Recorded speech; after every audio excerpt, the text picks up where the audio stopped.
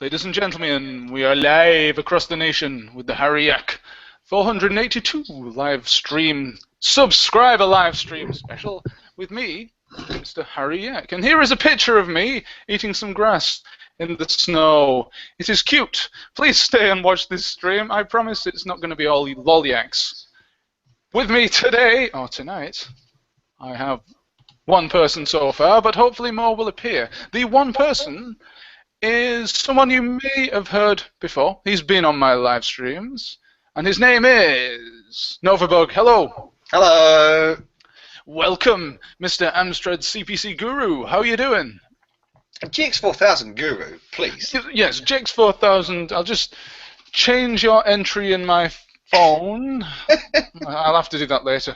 I've got about 1 million messages from Mr. Retro and Lim saying, your audio is ahead of your video. It's just a black screen. Yes, ladies and gentlemen, the first live stream, well, it could have gone better. But if you want to watch that on repeat, then there will be no lag or any of that crap. So, go and hunt it out, watch it, and then cry. We're all on Hangouts now, so it should be quite on, shouldn't it?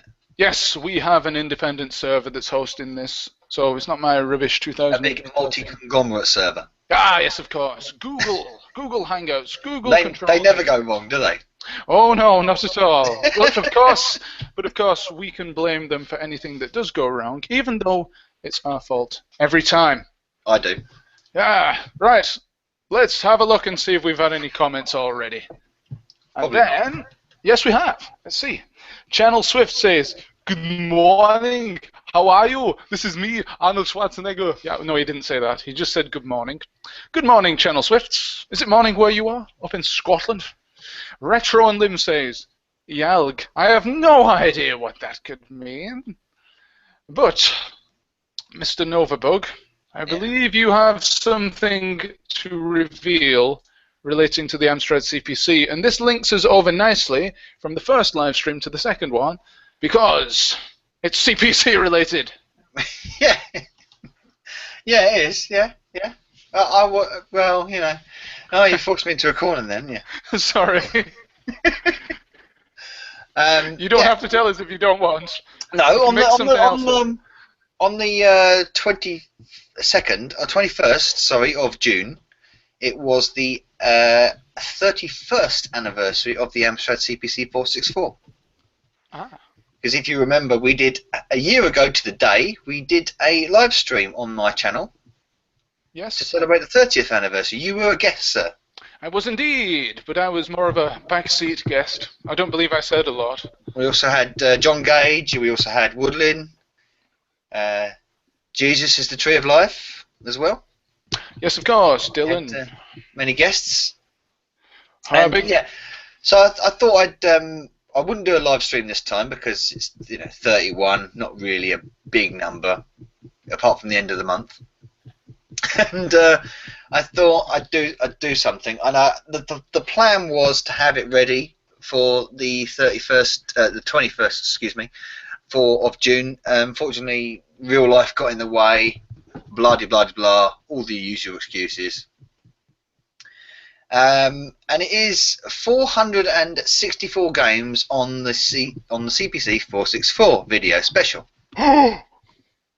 What? So you're gonna do 464 videos? Well, I've done about 30 already NRGs on the they're already live on my channel. 30 NRGs on the Amstrad already on Amstrad Games. Now this is not full NRGs. They're not full reviews, gameplays kind of thing.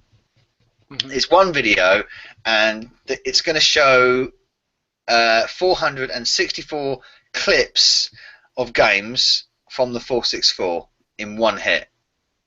Okay. So they're sort of 7 to 8 second clips of 464 games from the system.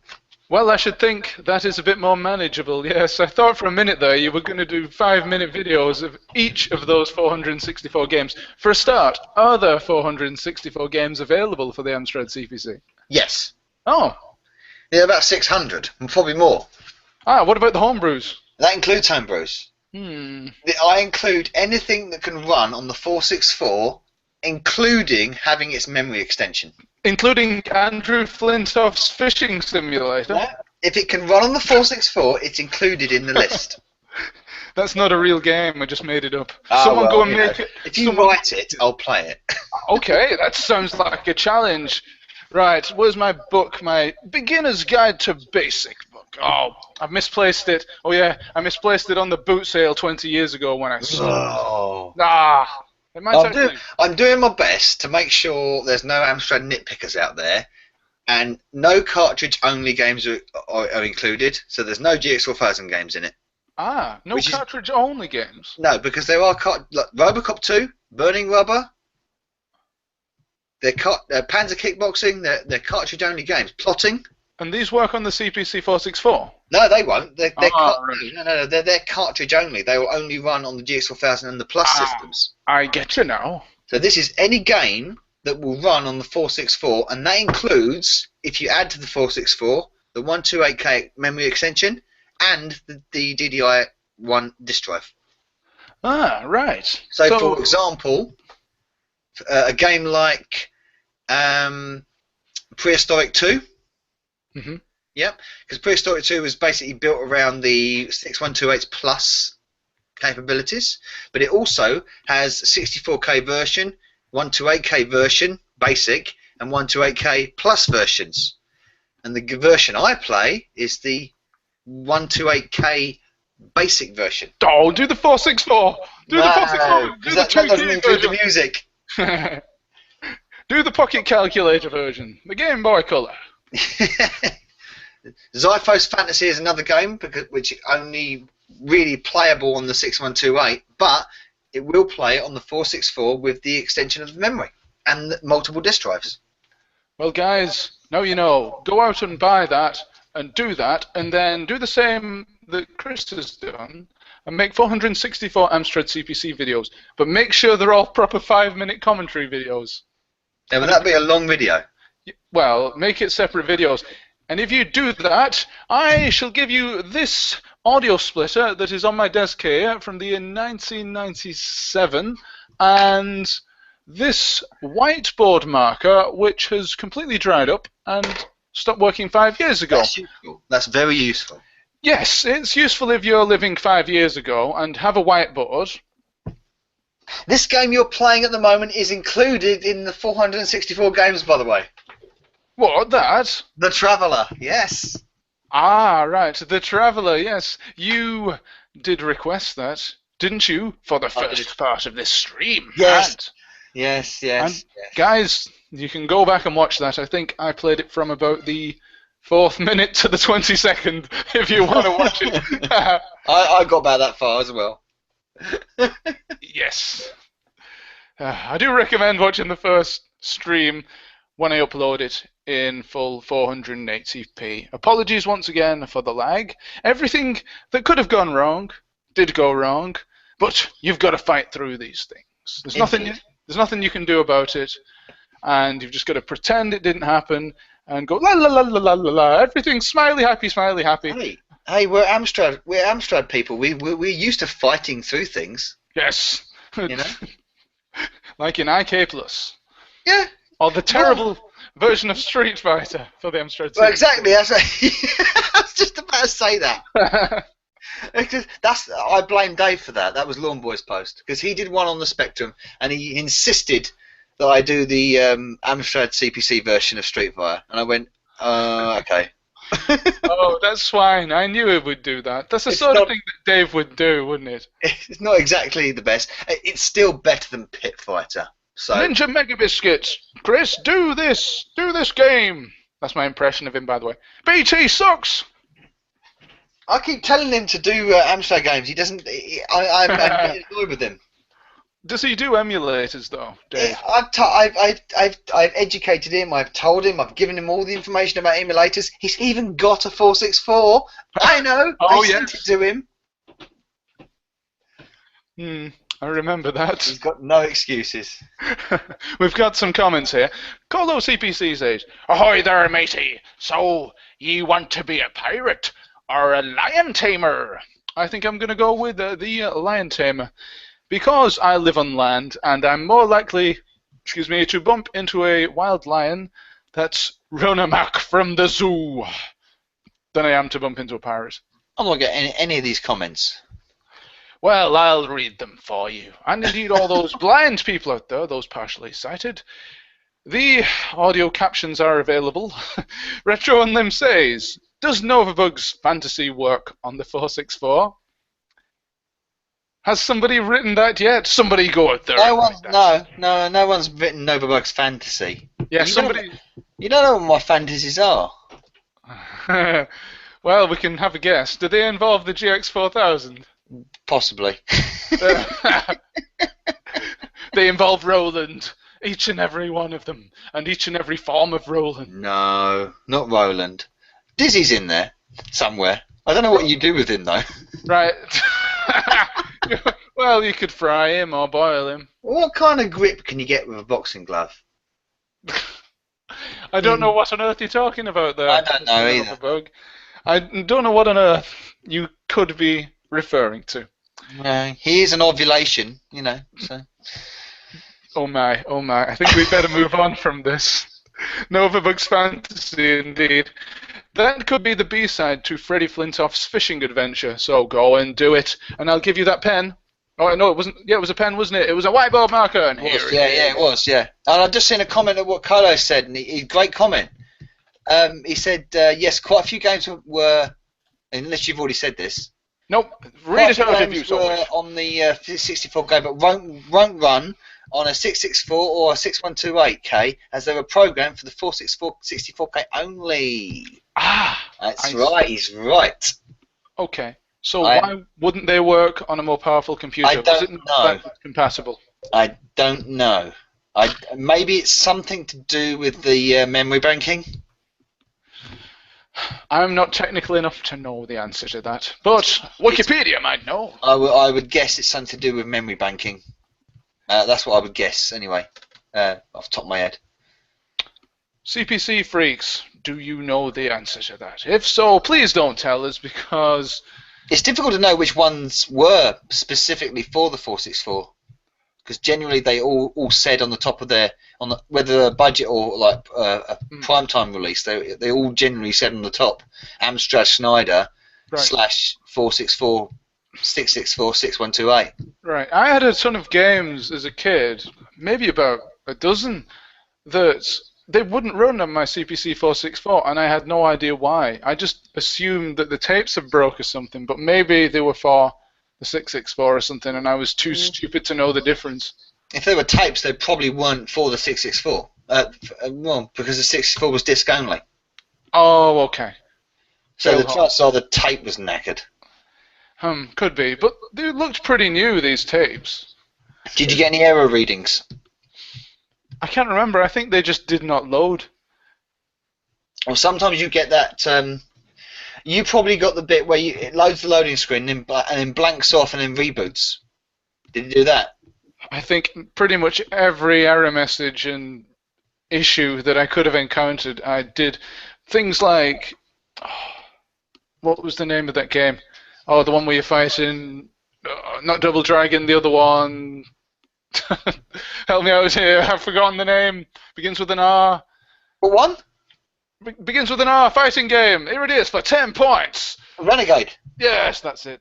I forgot the name. Renegade, yeah. It was either Renegade 2 or 3 or something like that. I couldn't get running ever. And it was tempting me there with its massive box. Blame me. I got Renegade game. Ah. Mm-hmm. Have you done an NRG of it yet? I haven't, no, but Renegade I've recorded for the 464 special. One of my favourite comments I've ever got on any of my videos is on a video I did of Rampage, the first, not Rampage, Renegade on CPC. Rampage, yeah, completely different. Renegade. The guy said, "Please shut your mouth." I don't know who the guy was. I had one of those comments again last week, actually. He said, "I mute all of your videos because I prefer them like that." That's nice. Yeah. Well, thank you for that positive comment. And he's basically saying, stop doing the commentary over the top. Oh, I love your dulcet tones, Jack. Well, thank you for that. It's so reassuring. Well, you can't argue with the facts that people prefer the videos if it's just the gameplay. They get far more views. Example, some of my really, really old videos on my old channel have got like close to 100,000 views because they don't have commentary over the top. And of course, because they uploaded them in 2006. If you uploaded something in 2006, it's pretty much a license to at least 50,000 views today. Oh, and we catch a fly here. Oh. Live fly catching! The first time ever on there we the go. Harriac live stream. Yeah. It's like the real version of Selfie, Sisters of the Amniotic Lens. Ooh, who's going to get that? Only the regular viewers will get that. By the way, go and buy it. When you were loading... Oh, yes. When you were loading and the things were going wrong, so you don't remember any error messages coming up on the screen? Well, of course there was read error B, which was the most common. That's a CRC error. Right, what does that mean, CRC? It's like CRC Code. Music Factory. Code error. Can't understand the code. Ah, it was usually read error B. So, maybe I had wound the tape to the wrong place, perhaps, with those multi-loader tapes? Maybe, but normally that means that the tape is knackered. Normally, if it can't understand the code, it means the code is corrupted. That's probably what it is then. Probably somebody left these tapes out on the windowsill or something and the sun shined on them for 2 years. Oh well. The two most common were error A and error B. Were there any others? Yeah, C and D. Wow, there was C and D. Well, what were those? Read error C, please. What would normally happen is if you got an error D would normally reset the computer to the basic screen. So you very rarely see it. But if it didn't, you would just get the read error D. And error D is the code block is too large to fit into the memory buffer. Okay. Which doesn't make any sense because why would they code a game that doesn't fit into the memory? I think they were just covering the backs. Oh, let's put these other letters in. There's probably a read error E as well, and secret Easter egg that you can only access by pressing a certain combination on a certain game. Read error E, you win! You win Amstrad CPC! Yes! I would hazard a guess that the reason why that's happened is because the CPC has probably not read the tape where it's ended a block of memory and started a new block, and it's all thought it's one block of memory. That's what I would assume what's happened. But see, when that would happen, in my experience, whenever I'd load a game and that happens, it would get to the loading screen, sort of sometimes half load the loading screen, and then blank off and reset to the basic screen. Right. So the other one, the biggest common one, was always read error A. Right. I always got read error B. That was the error B is can't understand the code. CRC error. Yeah. Every so often I got a read error A, but it was pretty much always a read error B. Yeah. I always thought, when I saw the read error A, I thought, hey, look, there's another read error. I thought they were all read error Bs. You get the read error if you stop the tape and started it again. The read error A, that would come up if you stop the tape and started it again, or press fast forward and something. You know, all this stuff. This stuff is academic now because I don't even have a physical Amstrad CPC now. I only use emulators. Alan Sugar is going to hunt me down. Its timing is knackered. That's what it means. Oh, see, these things have died out now because of emulators. They don't have read error A, B, and C and all this. Or maybe they do, but it's very, very rare. So, kids, it's a history lesson of the Amstrad CPC.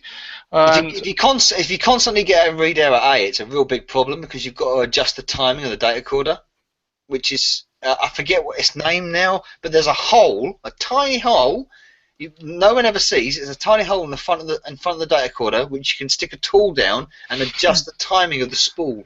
Yes, I remember that. I forget what it's called now. And you can get a tape which configures the timing. Wow, maybe I had one of those. But I can't for the life of me remember. Let me try and find it, what it is. I can't remember what it is. Well, while he's doing that, I'll read the comments. First of all, it'll Nova bug you. First of all, read error F, is FU. Retro and Lim says. I said it. Retro and Lim says. Chris, have you ever tried the CPC light gun? When I was younger, I had a nightmare with it. The phaser. But it wouldn't shoot accurately. I didn't know there was a light gun for the CPC. Yeah, the phaser. Ah. Yeah. I've never seen one of those in my whole life. Same as the Spectrum one. Can you just use the Spectrum one? I don't think so because because the Spectrum, the 9-pin joystick adaptation on the Spectrum is different to the Amstrad and the Commodore. Oh, okay. But it's the same, exactly the same as the phaser pack that came with the GX4000. Oh right, it's precisely the same gun. They just repackaged it. And rebranded, yeah. Clever idea, probably because they had a million of them. Yeah. In the two games you had on the GX were Skeet Shoot and the Enforcer, both of which used the Plus features, and they're both very good games. But they utilised the Magnum phaser. I've got a question. Does Prohibition use the gun? Because that would be an awesome game with the gun. You know what? A friend of mine, one of the guys that used to develop some of the games, his name escapes me at the moment, but he is actually recoding a version of Prohibition. Oh! And I'm going to find him now. Hang on. You're actually going to get him up on the stream? Well, no, I'm not going to get him on the stream, but I'm going. Marcus Homan. Oh, I've heard of him. Marcus Homan, you probably know him. Yeah, he's a famous Amstrad developer. He did graphics and stuff. He's the one that also wrote Java CPC emulator. Ah, of course, we've played that on this live stream before. And I've spoken to him several times, and he is, as last time I checked, he was rewriting a version of Prohibition. Ah, right. Well, I'll have to keep an eye on that and do a video of it or something. The cut price version has a video on my channel. It's called Boss of Chicago, and it was given away free with a French CPC type-in magazine. It's a wonderful little game, considering it was just a little type-in program. And I just played it and wished that I had a gun. Not to play the game, but because I wanted to shoot myself. It was so bad. No, it wasn't really. It was fantastic. Hey, we've had some comments. Colo CPC, he says, "Yup, memory banking or programmed early when only the 464 was out and had CRC checksum." So, I was right, yeah. Yep. Trying to run on the 664, the checksum doesn't check and the game resets instead. That's right, yeah.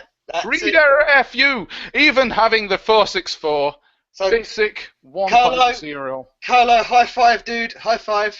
Internet high five, dude. I wish we could have the sound effects. That was cool that I could type in the sound effects on OBS. We're so, me and Carlo, CPC geeks. Yeah, you CPC bros. Yay. The CPC bros. Someone make that channel. It'll be better than PewDiePie. Yeah. The PewDiePie version. Someone get PewDiePie to play an Amstrad CPC game. Someone do it. I dare you. The same person who's coding those two games. Andrew Flintoff's Fishing Adventure. Cha-ching! And Nova Bugs Fantasy. That's my phone. Channel Swift says, "Gameplay without commentary is boring, I find. And I'm Batman. I'm Batman. I'm Batman." Yeah, well, I don't know. Me too, Swifto. But I believe we're both in the minority because the vast majority of people out there are just interested in watching the clips of the video. Pure, pristine childhood memories. But for me, well, I guess you could have a nostalgia cake, but commentary is something else. Commentary is adding something to that. Why do you want to just watch a video of a game that you know so well? You want to hear somebody giving an opinion on it as well. What's up, Nova? I found it. Oh, what is it? Sorry, because it was bugging me. The timing adjustment tape is called the azimuth head alignment. Sorry, I know, geeky. Somebody out there will know what that is. Somebody out there will have that. I know. Colo will know. I don't care. I'm speaking to Colo here. Colo, it's called the azimuth head alignment. He knows what I'm talking about. You're listening to the Colo CPC personal stream. Hello, everybody. Channel Swifts, Retro and Lim, all these commenters. We're doing this just for you. There's nobody else watching this but you. Carry on. Okay, move on. Just gotta move on. You get me talking CPC, Yak, and I will talk all night. You know what I'm like. Just like Lammy and Gemma Lammy, we've gotta move on. Colo CPC says, high five. Yeah. Top man. Here we go. This is a very good question, and the Harry Yak question of the week, courtesy Mr. Retro and Lim himself, and his wonderful pixelated face and outrun. Would you watch a porno with commentary? I rest my case. The answer to that is unequivocally yes. I would. And in fact, I think we should do it for the Retro and Lim channel. What do you say, Mr. Retro and Lim? Would you allow such things? When we go independent, would you allow us to do that? When being the optimum word. Enough said. When was the lot? No, I'm not going to say it. I'm not going to say it. No, don't say anything. Don't say anything. Ladies and gentlemen, watch out for the new Retro and Lim. Don't say it. Don't say it. Colo CPC says. Colo CPC says. Knights of the Azimuth. Yeah. In that voice as well. I've drunk Azimuth once. No, that was absinthe. Sorry. I must have been hallucinating. Must have been elucidating. Yes. Expand your vocabulary with the Harry Yak late night live stream. Guys, we have a new entrant who's trying to enter right now. He's saying hello, but we cannot hear his audio. I believe he's having some problems, but I'll introduce him as soon as he can get through. In the meantime, let's see what else Colo CPC has said. Channel Swift says, isn't that what Console Snob does? What's that? Azimuth. Or absinthe. Absinthe, yes, of course. Azimuth. Yeah. Wax on, wax off. Oh. That's slave labour. We all know it was. Fantastic. So, ladies and gentlemen, I believe we're half an hour into the stream already. We're all sufficiently settled in now. Doesn't time fly? Doesn't time fly when you're talking about the read error, the read error FU messages? You know, by the time it's taken for us to finish this stream, a game would have loaded. Yes, of course. I'm not actually playing a game currently. I'm just looking at comments. We could try and get Java CPC up if you like, but I don't think it would work. If I'd have known, I would have set this Amstrad up on the table behind me. Oh, that would have been good. I know, but it's a bit late now to do that. It's all upstairs and everything. So this is kind of turning into an Amstrad CPC tribute live stream. It's like the 31st anniversary edition. Yes, we should do that. We should just go and do it. Slopes, we can't hear you, unfortunately. Let's see here. Daniel, where are you? Is there anybody out there? Oh, you can see his logo there, which has been stolen from Sonic and Mario. And using the impact typeface. Oh dear, the Yak is back and he's eating his grass. Let's see if I can get another picture up for you.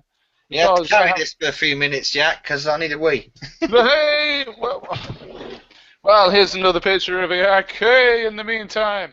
And he's hanging out near a cafe, because that's where Yaks hang out, near cafes.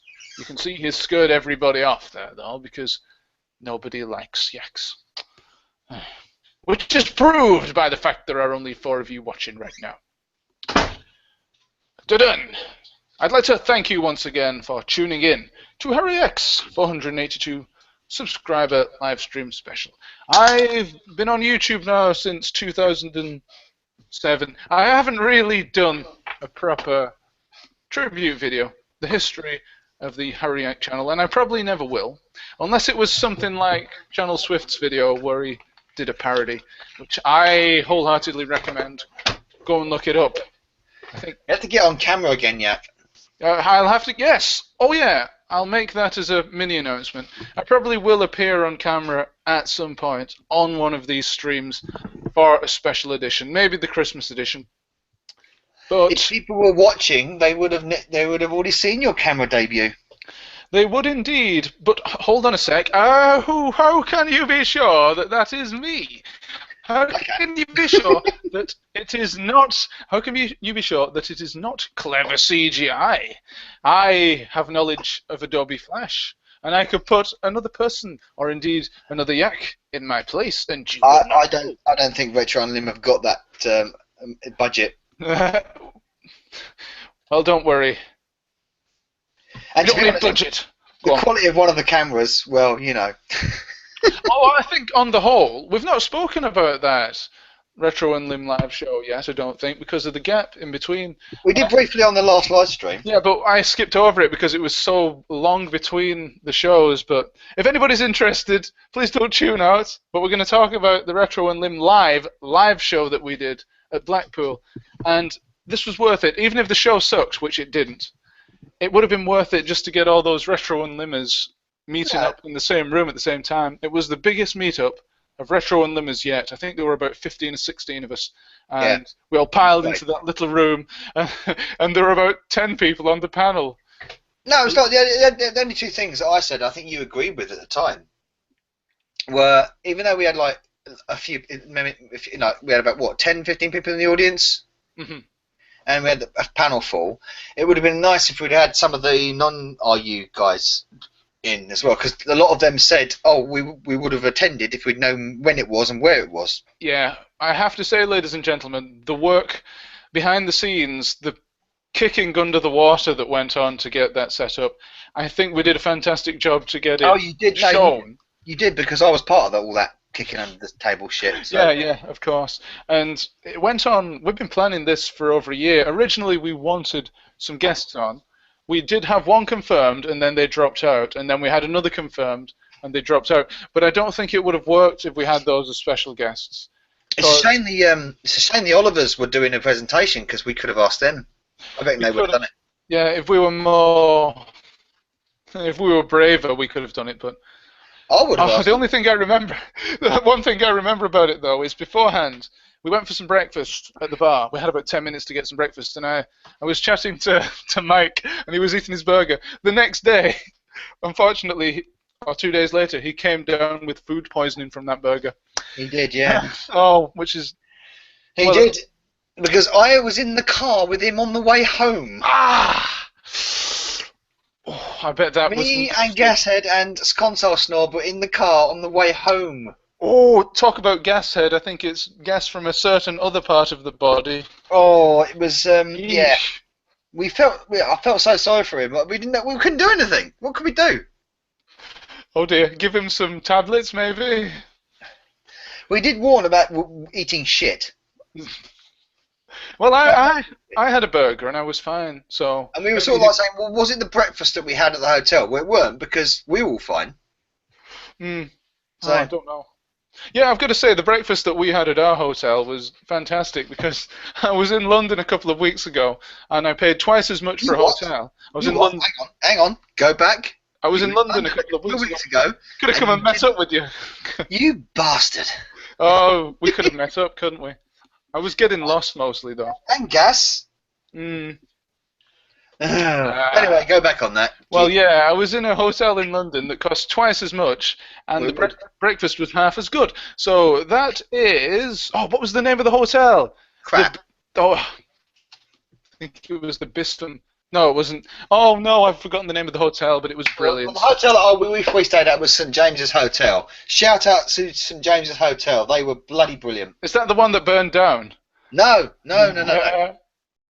The one that cancelled was the Stretton. Okay. Because you remember, it was me and Gas, Mike, Scott, Kev, Retro Game Crusader, and Monkey Spaz. We all booked at the same hotel, and they cancelled on the same day. Oh. And I told James about it, because he didn't know, because they didn't contact James at all. This whole weekend was technical issues. It's just like one of my live streams, isn't it? Started out badly. It worked out all right for me in the end. Well, yeah. Well, I enjoyed it. I think we should definitely do it again next year. We've got to start planning already for it. Yeah, that was fantastic. It's the look on it was the look on Philip Oliver's face when I opened my interview and said, two of my childhood heroes, and he went, "Oh my god." There's a video on your channel, isn't there, of you chatting to them? Yeah. You can look it up. Is it Novabug interviews the Oliver twins? An interview with the Oliver twins, yeah. Something about that video, it was actually filmed on 2 cameras, but you did a splice, didn't you, of the audio from one camera and the video from the other? I did. I took the video from your camera, which is standard definition, and I took the audio from Mike's camera, because that's where the audio was coming from through the microphone that I had in my hand. How many views you got on that video now, approximately? Let me check. Oh, he's going to check live. Hi, everybody, all 7 people watching this live stream. The reason why I had to do that is because I think we've spoken to Mike about this. The output on his camera gives this sort of white, washed out look, and I just didn't like that look. Right, I've noticed that. I wonder if it's something to do with the fact that he records it in enormous, and I mean like above 4K quality. Maybe that's probably it. And it just makes the camera go all strange. Maybe you should. Yeah. Maybe you should just record it like 720 or 1080. Yeah, maybe he should just record on a Game Boy camera next time. 10-second clips. The audio quality was fantastic, though. I can't knock that. Because I couldn't get any audio quality from yours because it was an open mic. Yep. And it was picking up everything. Yes. It wasn't just our voices; it was picking up everything that you and Mike were saying behind the camera. It was picking up all the auditorium. It was basically just white noise. I want to see if I can pick up a proper HD camera with a mic for next time, because this is about 6 or 7 years old and it's had its day now, so it's time to upgrade. But you've got to put the money aside. I need some funding. Guys, it's time to start a Kickstarter to get Harry a HD camera. If you donate 20 pence, I will stand at the top of Wigan High Street with no pants. If you donate £1.20, I'll do it again the very next day. If you donate £2.20, I'll come round your house and cook your tea or something. I've got I thought I'd have more than that. 325 views. That's pretty good. 50 likes. Wow. Excellent. That's superb stuff. 50 likes on that. Yeah, and 2 Gay Boy dislikes. We'll gloss over those too. Colo CPC has left a comment. He says, when out Alien Master shows, we will all be ready to communicate with them in the true Space Invader fashion. Few Space Invader fashion. Yeah. Who is the Alien Master? It's Alan Michael Sugar from the planet Amstradia. With his laser beams and Amstrad CPC armor. Channel Swift says, I enjoyed the live show. FIFA. Hold on. FIFA collection. Nice. Yes, the first ever running joke with Retro and Lim Live, I believe. Retro and Lim says, Hotel Paradiso. Was that the name of the hotel we went to? I thought it was pretty good, Mr. Retro and Lim. At least compared to that one in London. London sucks. Boo. Yeah, I live here, I know. He's not wrong. And you think it sucks? Well, actually, I did actually think it would be a little bit more upmarket for the capital, but it was a bit of a rough part of the town where I stayed. Where'd you go? The cheapest of the cheap. I stayed... Oh, crikey. Hey, what are you doing here? A commentary. Let's do a commentary of your video. It was... Christ. Somewhere near Battersea. Not far from that, about 20 minutes walk. On the other side of the Thames, though. Oh, I've forgotten the name of the street. It wasn't far from... You on the embankment? Victoria Station. Right, okay. Victoria. Are we doing a commentary of this now? Let's do it. Yeah. Let's do it. Let's do a commentary. Because if I click off it, that happens. So. Let's do it. A commentary. A live commentary of this interview that you... Look at Dizzy there. Look. Oh, bless him. Why is he going gangrenous? No, that's what he looks like on the CPC. Oh, look who that Look at is. Philip Oliver's face. Look. So you've got Harry Yak on the camera here, you've got Mr. Novabug as the presenter, and of course the Oliver Twins waving his mic all over the place. Michael Burhan on audio. Yes, of course, Mr. Michael Burhan.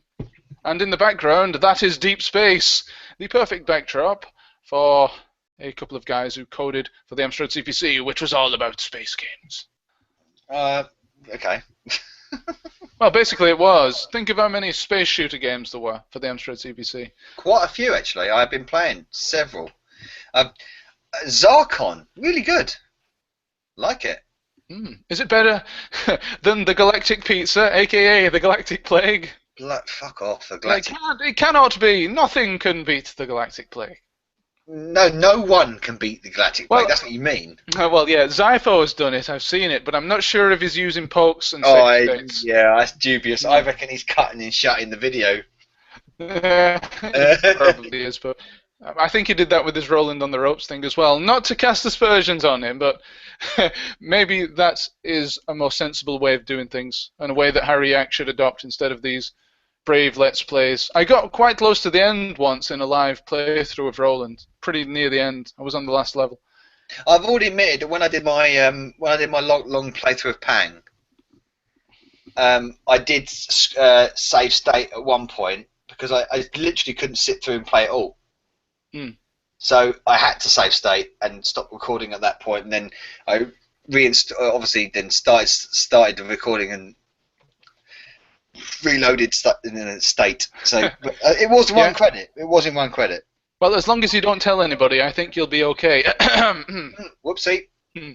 Well, I believe you told me about that the day before you recorded this. The day before we recorded this, when we were at a pub in Blackpool. I've no idea what the name of the pub was. I love it. Well, Philip Oliver says he's going, this is going to be ballistic when he said that about Fantasy World, is he? Fantasy World was going to be ballistic, he said. It fucking was. Brilliant game. Brilliant game. When he points to the it's the t-shirt I'm wearing. Yes. That's actually borrowed off my brother. That's not my t-shirt. He bought that on the last Play Expo, and no one noticed he was wearing it, which should have. And so I thought, well, that's a quality t-shirt. I know I'm going to be meeting the Olivers. If I wear that, that'd be quality. What does it say? Flipping sweet. Ah, yeah. When Philip points to it, he says flipping sweet as he points to it. Oh, that's good. A good little nuance in the video. They're talking about they're talking about Treasure Island. They're talking about the cover artists, Codemasters at the time. Ah, okay. There you go, there.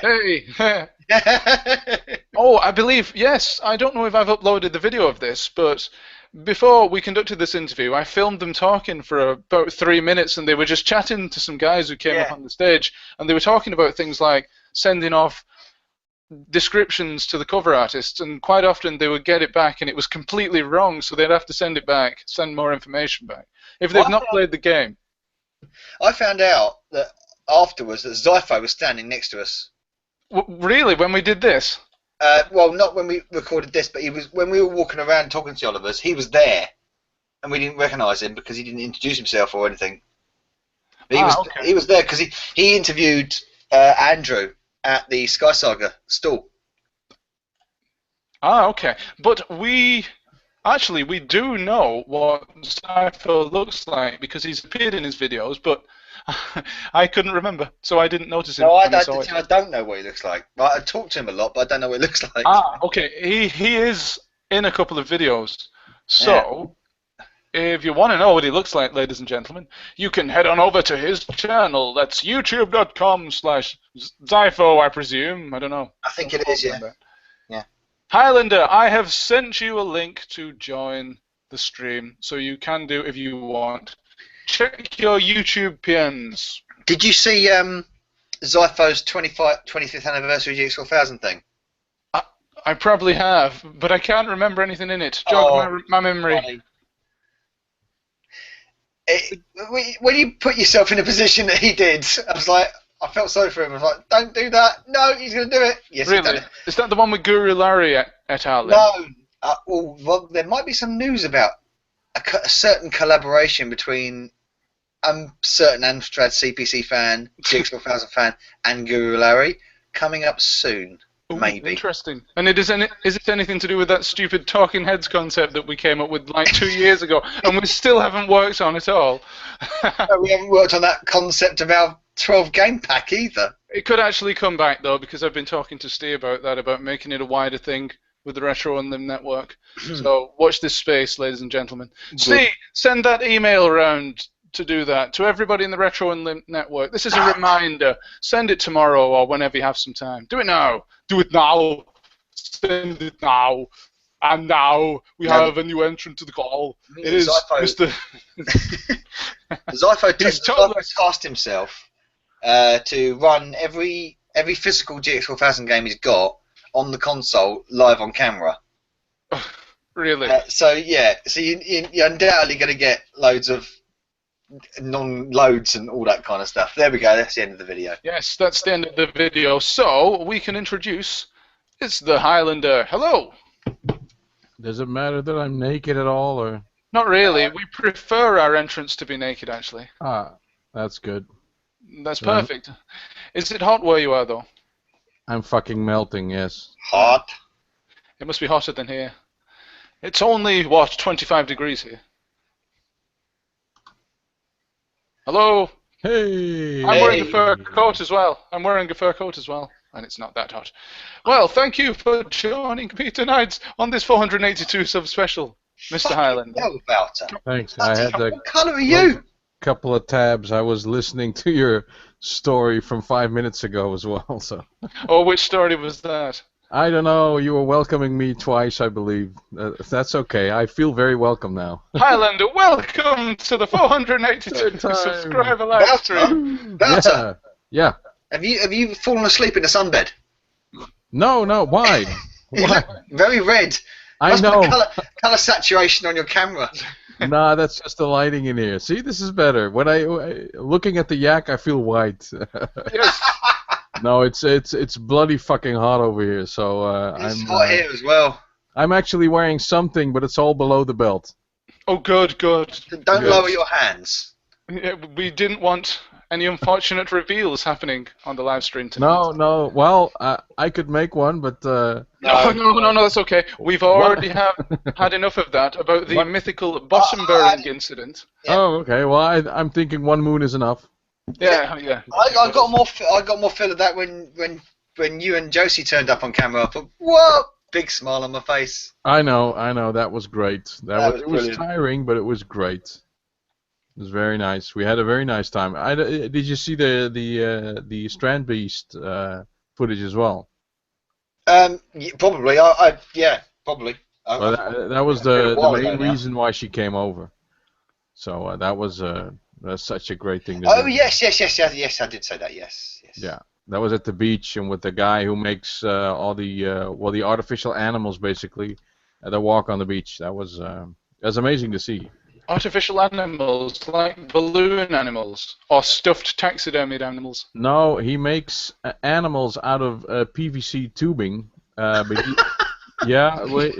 this guy has managed to do so many wonderful things, and he's actually managed to make logical circuits that work using PVC and compressed air.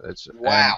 These animals sort of live by themselves and walk on the beach, powered by wind that he stores in plastic bottles. So he makes compressed air, and that's what is used to propel these beasts. It's really sorcery. amazing. Yeah. I'm just going to say, how can you store wind in a bottle? Well, I guess you can. You can. It's basically like making your own compressed air. He has these big wings that go up and down, moved by the wind, and he just pushes this air into plastic bottles. So basically, they run on fart power. Yes, methane. Yes, that's right. Fart-powered animals. Who'd have thought it? The secret of life. It's farts. It is, ladies and gentlemen. Don't hide from it. You may say that, it's toilet humor, but don't escape natural stuff like that. We all run on farts, really. Harry-Yak is proudly fart-powered. My Amstrad CPC, until it died, was fart-powered. I kept it going. Why? Oi! Don't you dare! Don't you dare! Speak. What? You know that it's almost like you're speaking like a Commodore 64. Talking about daring, I've never even touched an Amstrad. Ooh. Commodore man. I know. You would probably melt in the sun if you touched an Amstrad. The plasticky goodness. Why aren't these keys rubber? Spectrum fans, when they touch Amstrads, like when you put two opposing poles and magnets, that's what happens. I thought they got huge erections, but that's just me. That's it. They bounce off each other. Something I've noticed about chatting to all these retro and limb guys, they all say, oh, I'm a ZX Spectrum fan, I'm a Commodore fan, some are CPC fans, but never once, ever, have I encountered somebody who said they were a BBC Micro fan, a BBC Micro man. Were there any? Dragon 32 fan. Hey, hang on. No. Benway loves the Acon Electron. Mm-hmm. Steve Benway, he's a big fan of the Acon Electron. Well, Benway loves everything, doesn't he? No, he doesn't love the GX4000. Oh, does he not? Well, everything except the GX4000. We've got to try and get Benway on this stream right now. Where is he? Let's have a look. He won't come on. Benway, where are you? Well, it's Friday, isn't it? I think we got. I tell you what, honestly, I think we got from the group. I mean, my subscriber band. I think Wouter can probably vouch for this as well. The variants of the classic 8-bits are really, really good. It's like there's some Amstrad, there's some Spectrum, there's some Commodore, there's some Dragon. Well, not a few, not many, but some BBC Micro. There's very little Atari. There. There's very little Atari. Oh, good points. Good points. Yeah. I guess it was because it was a bit of a yank console. Not many people had them, did they? Over here. I can remember standing in the shop and having to choose between either Commodore or Atari. So why did you choose the Commodore, if indeed you did? Well, I did. Was it 800? Yeah, I was standing in front of the 800, and I looked at it and I thought, well, this is actually, specification-wise, probably as good as the Commodore 64. But the guy who was trying to, not sell it to me said, well, if all your friends have a Commodore 64, you shouldn't go for the Atari, which was good advice. Very, very good advice, because you can pirate games between each other. I mean, swap legal games, yes. Oh no, I've pirated so many games that I've become so used to pirating games. I've seen that video. when you talk about that. I never even considered, literally considered buying a Commodore 64. Although I did once. I bought Dragon's Lair for the Commodore 64. Wow. And I was not disappointed. He bought a game. Yeah. I know. How did Dirk look in brown?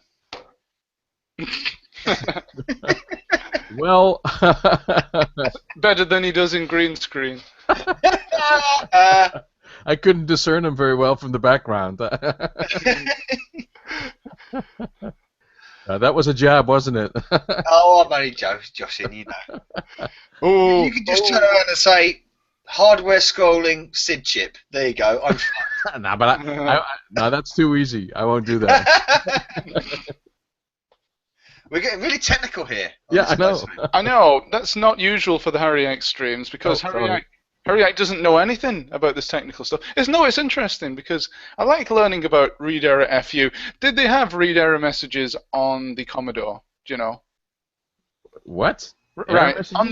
Yes, error messages. What sort of error messages? When you were loading a tape game, did they have read error messages? Yeah, probably, but You failed to load. No, well, I can't remember really. Tapes would either sit there and load forever, or not.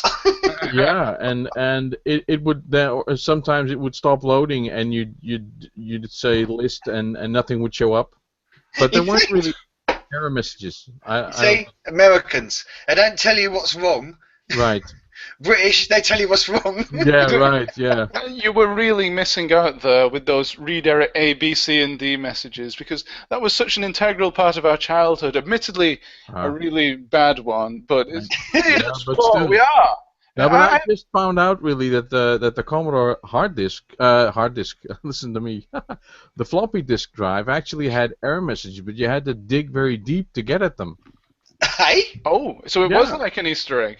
Yeah, because it had like an error channel that you had to open, and then you had to read out of it in a basic program, and then print the messages, the whole thing. But it would normally just either crap out or work, you know. So you get error messages trying to load the error messages, which is why you never saw them. Yeah, it was just too difficult to get at the error message. Almost sounds like it had a dedicated chip for that or something. It had a dedicated mainframe inside. That's what it had. We've got a comment. Honestly, I saw a stripped down 64, and I was trying to compare it to the architecture of the Spectrum and the Amstrad, which I can understand. I'm looking at it thinking, I honestly don't understand how this thing works because it's so different in its architecture. And I've the way never. It's shaped and the way I can see where the SID chip's going. I can see where hang on a minute. It's got some sort of sub-graphic processor. Do you actually know something about a circuit design, Chris? Or? No, only briefly. I'm not, just basic stuff. But Right. it's the way when the arrangement on the PCB, when you see the arrangement of chips and you see, you can. When you're used to it, you can see, well, this is what's going to happen here and here. But the Commodore seemed to have this sort of bridge chip. I forget what they call it now. But when the Spectrum and the Amstrad had what's called the gate array, which used to talk to everything, and the Spectrum had like one of them. Same with the Amstrad. The Commodore had like several chips do the same task. I think there are 2 CIA chips. CIA, that's it. CIA. Yeah, they take care of interrupt control and timing and that's it. Yeah. And then there's a VIC chip, and then there's a sound chip, and there's a CPU, and there's all kinds of chips. Yeah, there's a lot more chips in it. Yep. Compared to the other two. Yeah, but that's just because Commodore owned MOS, and they had sort of free access to chips, so it was easy. More chips than Blackpool Promenade. Ladies and gentlemen, is that why some people used to say? Is that why some people used to say if the game was not originally coded on the Commodore? Because a lot of games used to be ported from the ST and the Spectrum. They used to say porting it to the Commodore was quite difficult because of that architecture. Is that true?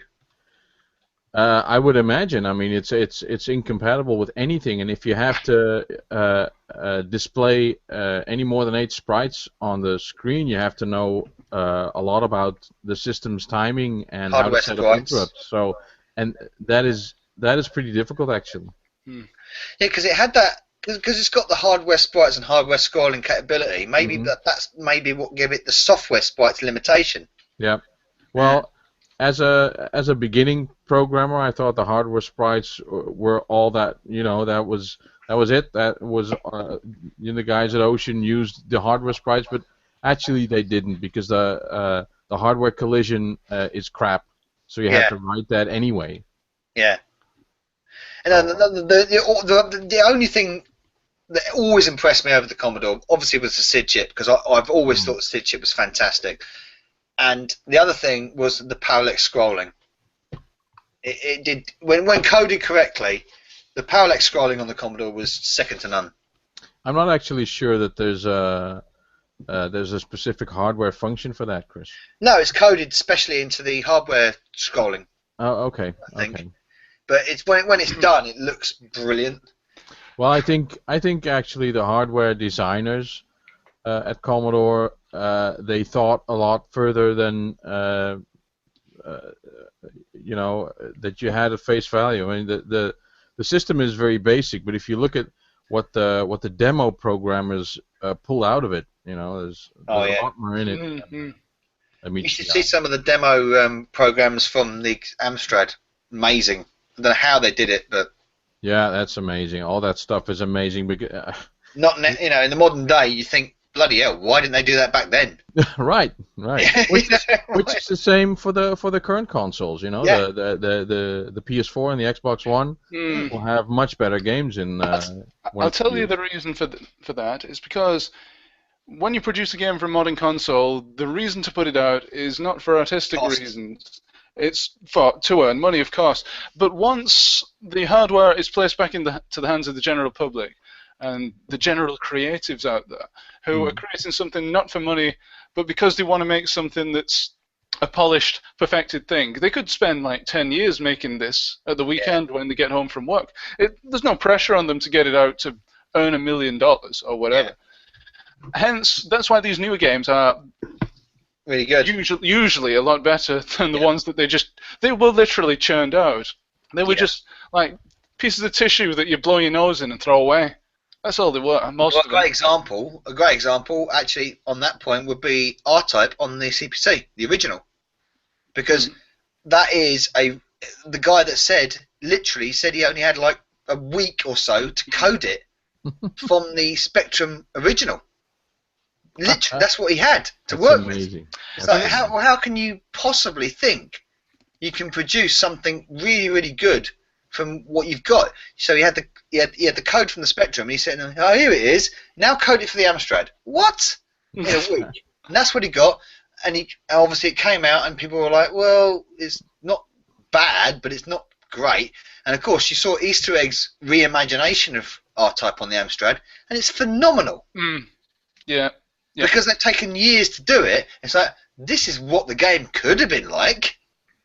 They haven't used anything extra. They've used the original hardware, what was available back then, and by the way, look at this. You know? It's amazing. So guys, if you want a really, really good version of whatever your favorite game is, but they made a hash of in the latest incarnation, wait 10 years, and the general public will have made 100 times better version. There's this group of, I don't know exactly who they are, but they port arcade versions of well-known games to the Commodore 64. And they've done, what is it, Ghouls and Ghosts, I believe, recently, and they've done the Donkey Kong 3 version, and they're actually very, very good. Yeah. I'm not surprised. I won't be surprised at all. Yeah, because we've got more technology now to do these things as well, I would guess. Time, like you said, time. Yeah, time and knowledge. I mean, they know how to unlock the secrets of these systems. Why weren't people at the time? I mean, we go back to then. Certain developers would take the time to unlock certain things, and you get fantastic games like, for instance, Chase HQ on the Amstrad, amazing. Iridium on the Commodore, amazing. How did Jeff Minter get his information without the internet? Exactly. I mean, did he know people, or what? I mean, how do you know that bit 1 of DO19 is like the most significant bit for the rest of it? Yeah, worked it out himself. They sit down and work it out, and they think this is how we get the best out of that system, and they concentrate on it. And look at David Whittaker. He must have spent hours working out how to get the best tunes out of the AY chip and out of the SID chip. Right. He made so much good music for both systems, and they're completely incompatible systems, like you said. But every time you hear a David Whittaker theme for an 8-bit system, you think that's in, because it's just brilliant. Yeah. Well, it's people are still improving on sprite multiplexers and thinking of all kinds of sorting routines to make it smooth and flicker free, and it's just so complex when you look at it, you know. They want to. I'm going to help back on this, but they want to really work on the palette. No, go ahead. I never actually realized that the color palette was so bad until people started telling me about it. It's still better than Teletext's color palette. I don't think so, Harry. I don't know why, but it's pastel. That's the weird thing about it. I don't know why Commodore elected for that. It's nearly every color is pastel color. Yeah. It's sort of flat, and I sort of like, well, I don't want it. It's a shame. It's a real big shame, actually. Yeah. Everything was pastel in the 80s. Get with the times, man. Harry Yak has an answer for everything. He does. That's because I just go on Wikipedia. So me and Walter have just commandeered your Yes. live stream. I found out. Commodore discussion. Yeah. Yeah, I don't. Well, I don't usually talk about that sort of thing because I'm not technically minded. So it's fresh content for the people out there. Fresh meat for the watchers. We've had a comment. Speaking of the watchers, Swifto says, "Aha! Didn't JL76 have an Atari system?" Yeah, he had a 65 XE. He spoke about that numerous times on Desert Island Games. Oh no, all the comments have disappeared. Oh, they're back again. Oh, thank goodness for that. I thought we would have had to start the stream again. Yeah, yes, indeedy doody. I don't know if I could say the same for the Amstrad CPC, the amount of games coming out, but there are a handful year upon year that get released. One of my favourite ones from recent times was actually a remake of Old Mummy on the Amstrad CPC. Yeah, I saw that, yeah. That they brought out for the Genesis, and I believe they've done a reprint of this, I was reading earlier, but you can download the ROM for free. They've made it freely available. It's a game that didn't really need to be remade, though. No, it didn't, but it depends on your opinion on the thing, really, because I guess it's the nostalgia factor with me, though, that I really, really loved that game, and as a kid I would have thought, well, what would this game be like if it had better graphics and it was on, say, the Super Nintendo or the Mega Drive? So it fulfills a childhood fantasy of mine. Yeah, a remake on the Mega Drive's great, but why would it be? What's the point in a remake on the Amstrad? Oh no, sorry, the remake was for the Mega Drive. It wasn't for the Amstrad. There wasn't a remake for the Amstrad. No, there wasn't. Sorry, I do apologise. The remake was for the Genesis, and it included the original game, but also Mega Drive. Mega Drive. Sorry, the name of the game is... call it the Mega Drive. The name of the game is Oh Mummy Genesis. So now, recent games that have come out for the Amstrad, you have Cyber Chicken, which is pretty cool. Relentless, that's a really quick shoot 'em up, very similar to Uridium. Very quick. Mega Blasters. Yeah, fantastic game. Mega Blasters, unbelievable. It's like literally playing Bomberman on the SNES. Oh, brilliant. Mega Blasters, it's really good. Trying to think of more. I think Trento was one. I believe there was a Pac-Man. Betiled. Yes. That was really good as well. Betiled. An Amstrad version of Bejeweled. Really good homebrew work on the Amstrad, and I'm sure. I've been following you, Walter, Lacto, Hellfire, when it comes to Commodore stuff. What kind of audio capabilities does the Amstrad have? Because it sounds very good. It's the standard AY chip that came in it's the same chip that was Yamaha. In the ST. Okay, that's a Yamaha chip, right? Yeah. Okay.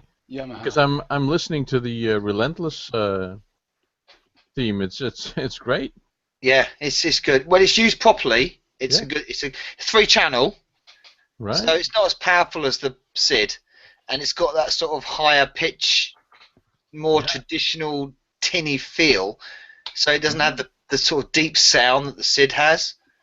I'm impressed. But when used right, it's really good. Now look at the graphics. I mean, this. I think I want an Amstrad now. What's that? Relentless you're looking at? Yeah. Yeah, Relentless is really good. That looks amazing and smooth as well. I mean, there's nothing wrong with it. That's software scrolling as well. Smooth as an MJ. That's not hardware scrolling. That's software scrolling, which is incredible considering. Yeah, it's a powerful machine. Yeah, it's just people tapping into it. And is that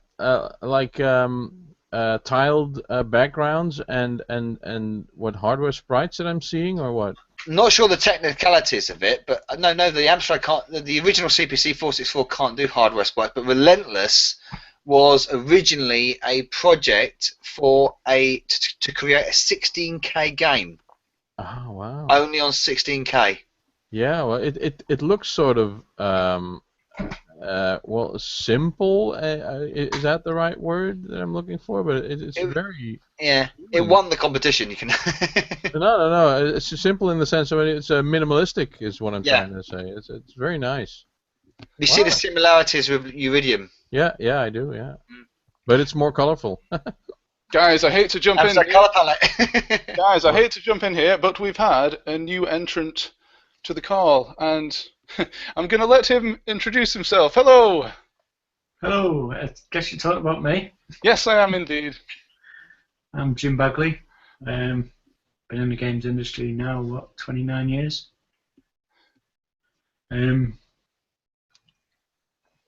What's the audience on here? Not very large. So there's about 2 people watching this. You can say whatever the heck you like, and nobody will know a thing. So I'll ask you this. Were you a Commodore man, an Amstrad man, a BBC Micro man, or a ZX Spectrum man? Do you really have to ask? Yes. Specky. I know, easy. I'm Specky guys, but credit where it's due. They were all good machines. The BBC's had fantastic versions of like Pac-Man, Frogger, Scramp, Defender,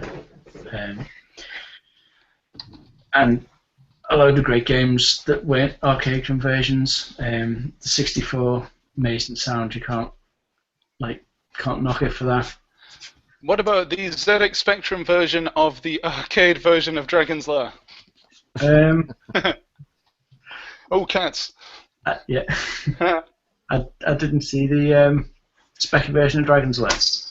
Oh, that was actually impressive. That was a very impressive looking game on the Spectrum. I thought ZX81 was better. You're talking to CPC kids here, but... Right, so... Has anyone seen Dragon's Lair on the ZX81? I never did, no, but I've heard it was quite impressive. It was. For the power of the machine. Yeah, it was a difficult one to do. Just getting. How are you coding it from? Because it was originally a Laserdisc, wasn't it? Yeah, it was the Laserdisc. Basically, I've got the original Laserdisc. I've got the DVD version as well. And as it was easier to get the data off the DVD version, I used that because I haven't got a Laserdisc reader. Converted them to movie files. I just recognise where I know you from now, Jim, because I'm Game Boy. You did Game Boy work, didn't you? I did Hudson Hawk on the Game Boy, and because I'm not a Spectrum man, so yeah. Amstrad. Yeah, I'm an Amstrad person. Yeah. Midnight Resistance, Cabal, Hudson Hawk. Midnight Resistance, yeah, Cabal. Yeah. Hudson Hawk. Actually, an Amstrad guy, I'll have to apologise for the lack of colour in them.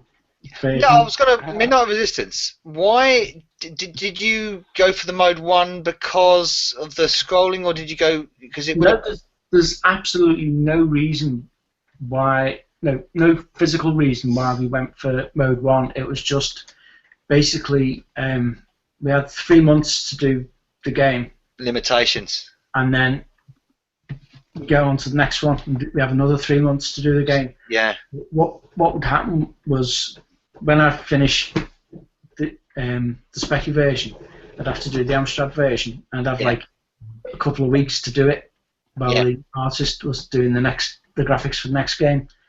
Yeah. And so we didn't have a dedicated Amstrad artist, which was a shame really, because it would have. I wanted it, but they wouldn't pay for one. Would you have preferred to do it in mode O with the colours and everything? Yeah, I wanted to do mode 0 with the colours, but the problem was it would need an artist to redo it. Someone to style the pixels and everything. We couldn't.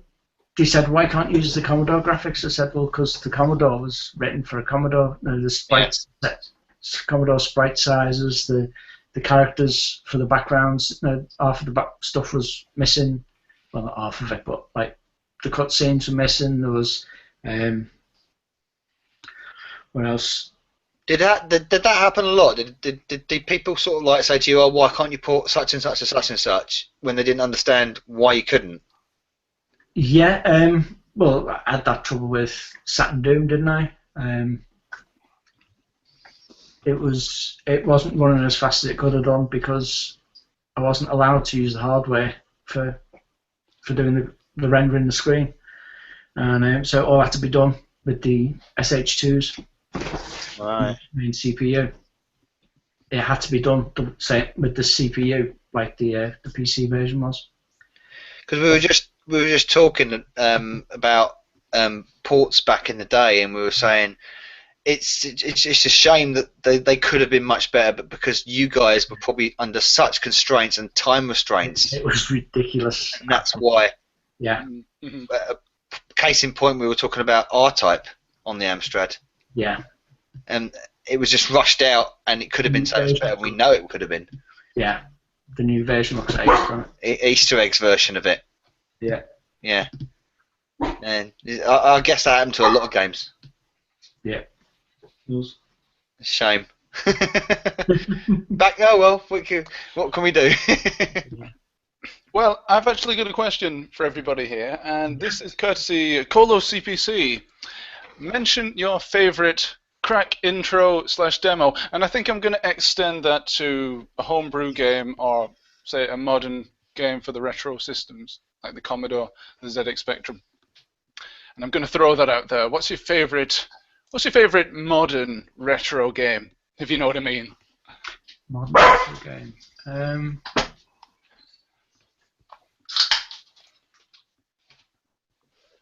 Whoa. That's a good question, though. I'm actually trying to think of my own to get us started. What was the question, Yak? Sorry. The question was, I guess I'll phrase it a different way. What is your favorite game of recent years that was released for one of the old retro systems from the 80s? A modern, post-commercial life game, as it were. I'm going to have to cut it short because I've got to nip out. Okay. Well, thank you very much, Jim, for joining on there. Nice to talk to you, Jim. Yeah. Thank you. Yeah. Cheers. Bye, Jim. Right. Oh, pity he couldn't answer that little question. I was really enjoying that. Yeah. Well, I'm glad you came up with all the technical questions because I was completely lost. I was going to hand over the platform to Walter there, and sorry, man. That was weird. It was a complete surprise that Jim Bagley just jumped on in the middle of nowhere. Jumped on Harry live stream. You took me unawares there because I thought, hang on a minute, I know that name, and then I realised, Specky. Judging by the beard and the hairdo, I thought, well, this must be a guy from retro gaming. Oh, definitely. Yeah. Yeah, I was speaking to him actually at Play Expo in Blackpool, not for very long, about the ZX Spectrum. I think it mustn't have been the ZX Spectrum. That's why I asked him about Dragon's Lair. I must have got the wrong version. I was trying to hint towards that conversion that he did, that he exhibited at Play Expo, but I obviously got the wrong version. What conversion is that then? Because right. I thought that, I mean, when I say Specky, I mean the ZX Spectrum. Yeah. Yep. So I was talking about the Dragon's Lair version for the ZX Spectrum, but he obviously figured I was talking about.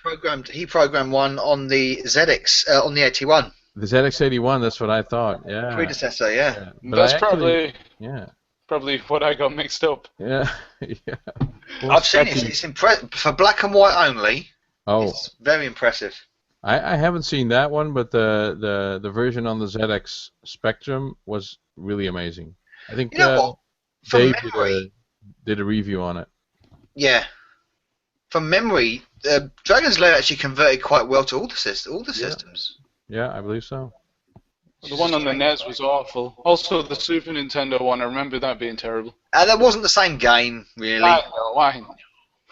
That was a platform game. It wasn't the cartoon click adventure thing. Right. Well, that is the quintessential Laserdisc gameplay that you have to point and click basically. Point and click, the very definition. God, I remember sitting at that arcade for yonks working out. Hang on, what direction do I press for this part? Oh, It was God. too expensive. It was too expensive to play for us. What kind of money did you put in a machine for a single game in the UK? 50p. What was it, Yak? I'm not sure, but didn't you just attach a piece of thread to the coin and then pull it back out again? Yes, That was we a live in the dream. Simpsons world, don't we? Yeah. No, that was a dream. I know it was Bender, wasn't it? He did that when he Oh, was. yeah. He The was suicide machine. the death machine. Yes. 30p. There was also a trick with one of those piezo elements. If you clicked it against the metal of where the coin goes in, that was supposed to work sometimes as well. But it could also crash the machine, and that actually happened. Yeah, but From if what you I did remember, from what I remember, the Space Invaders tabletop that we had in the pub when my dad owned the pub, it was 10p. 10p. 10 pence. 10 pence. That was, Wow. but this was 84, Yeah. right? This- So 83, 84, and we had Kung Fu Master Oh as wow. well, Yeah. and that was 20p. See, that will introduce you to gaming. Yeah. We had another. I've talked about them two because they were the two games that got me into gaming, Kung Fu Master especially.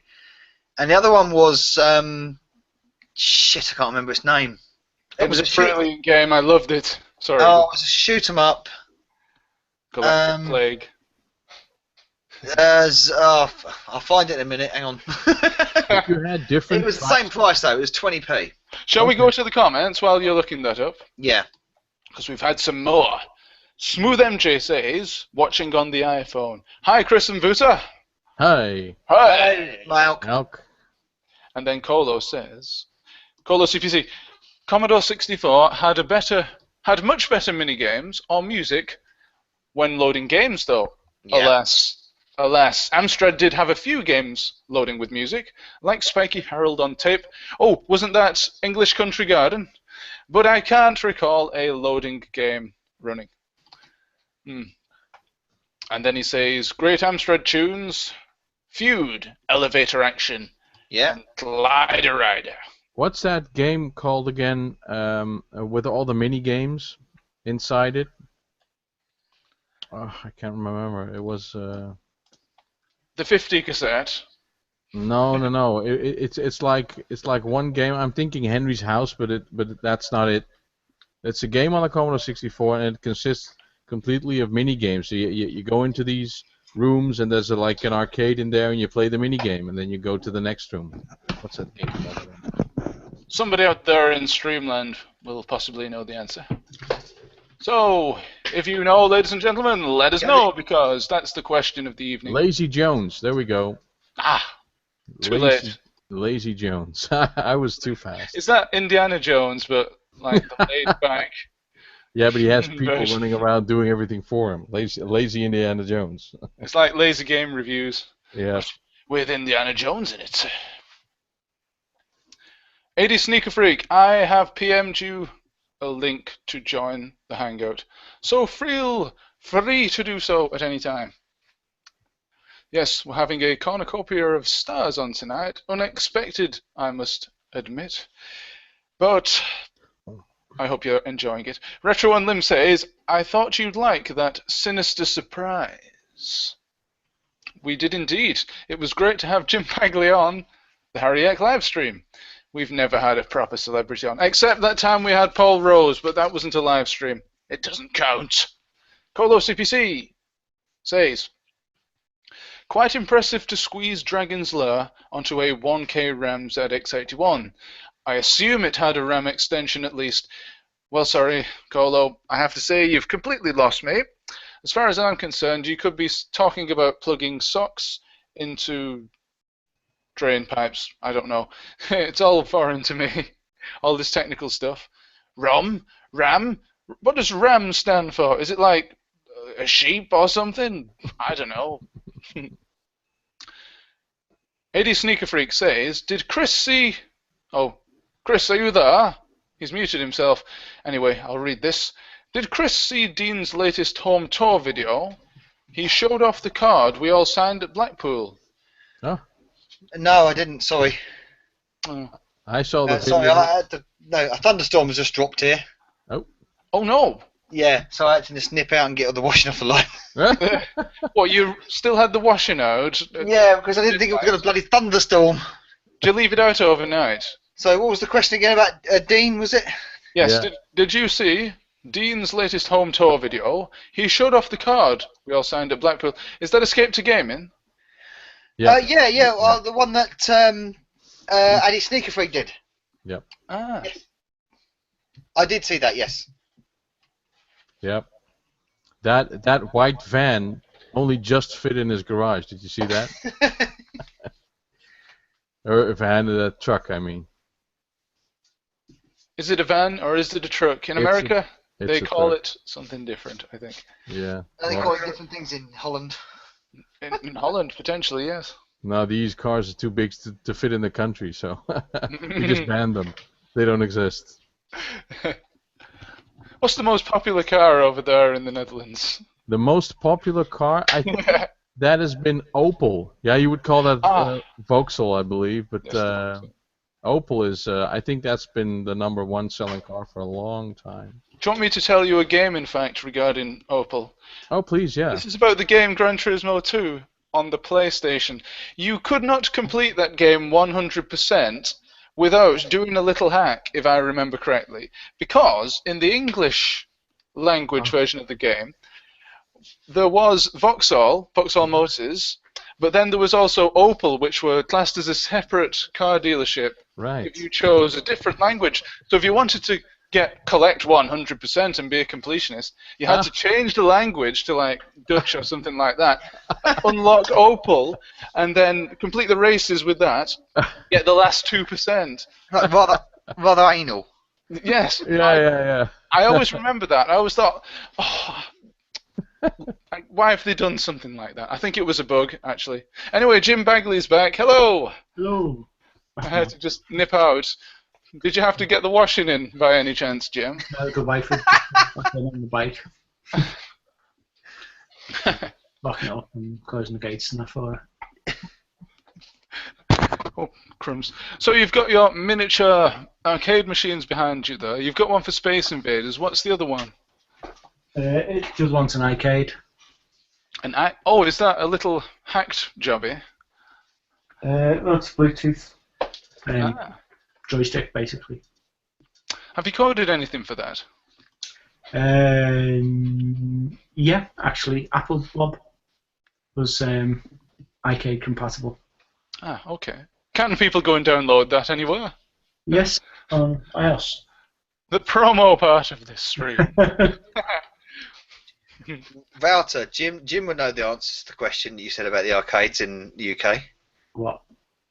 How much they cost normally? Oh yeah, what we used to spend. I mean, I can't remember. I don't know the conversion rates, but we used to have to spend a whole guilder, which would basically, feel like a pound. And then when Dragon's Lair came about, we had to pay $2.50 for a single game. So my question was, how much would you pay generally for a single game in an arcade machine in the UK? These days I think it's £1 a go, isn't it? But back in the day it was 10p a go for the arcades, and then it just went up as time went on. It was a guilder from the get-go in our 10 pence compared to. That's 10 pence. Sounds cheap. How much would a guilder be back then, Wouter? I can't remember. Because I always remember, like Jim says, it's 10p, 20p. Then later on, it was, I think, mid-90s, it was 50p. I was a 90s kid, so they were mostly 50p. The cushier versions were £1. The arcade soccer conversions and things like that, I remember those being £1, and you got like 40-second games of football, but it was brilliant. I remember paying, I think it was 50p for things like Turtles Arcade, Simpsons Arcade. Yes.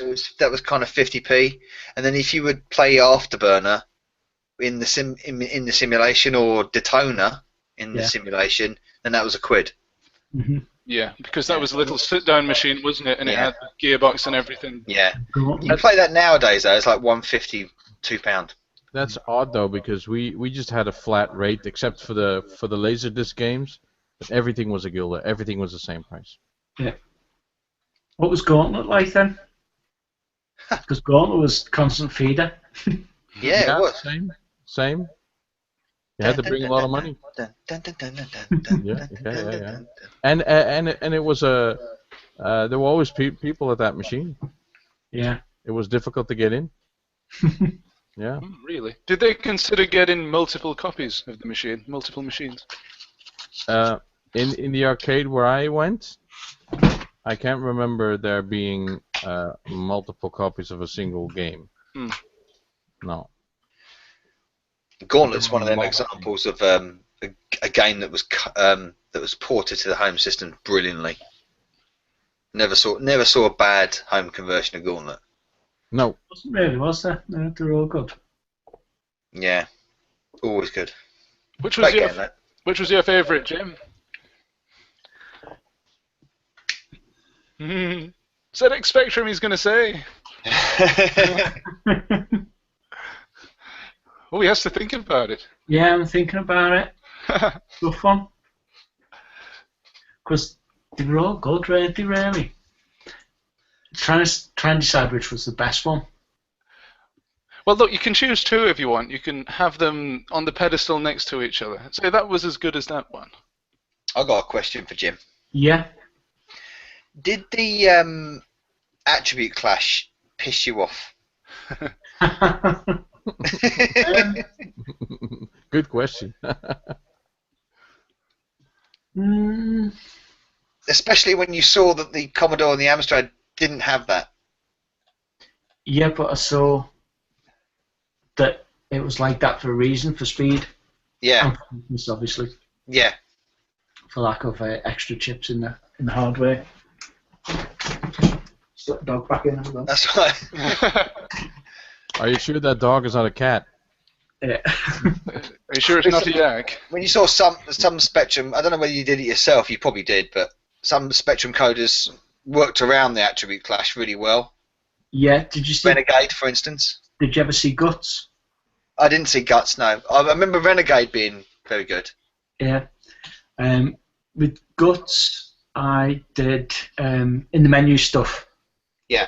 There was a lot of where you count the chase the raster, so you change the attributes per scan line. Right. So you get lots of colours in the menus and stuff. Right, so you're being tricksy with the raster. Yeah.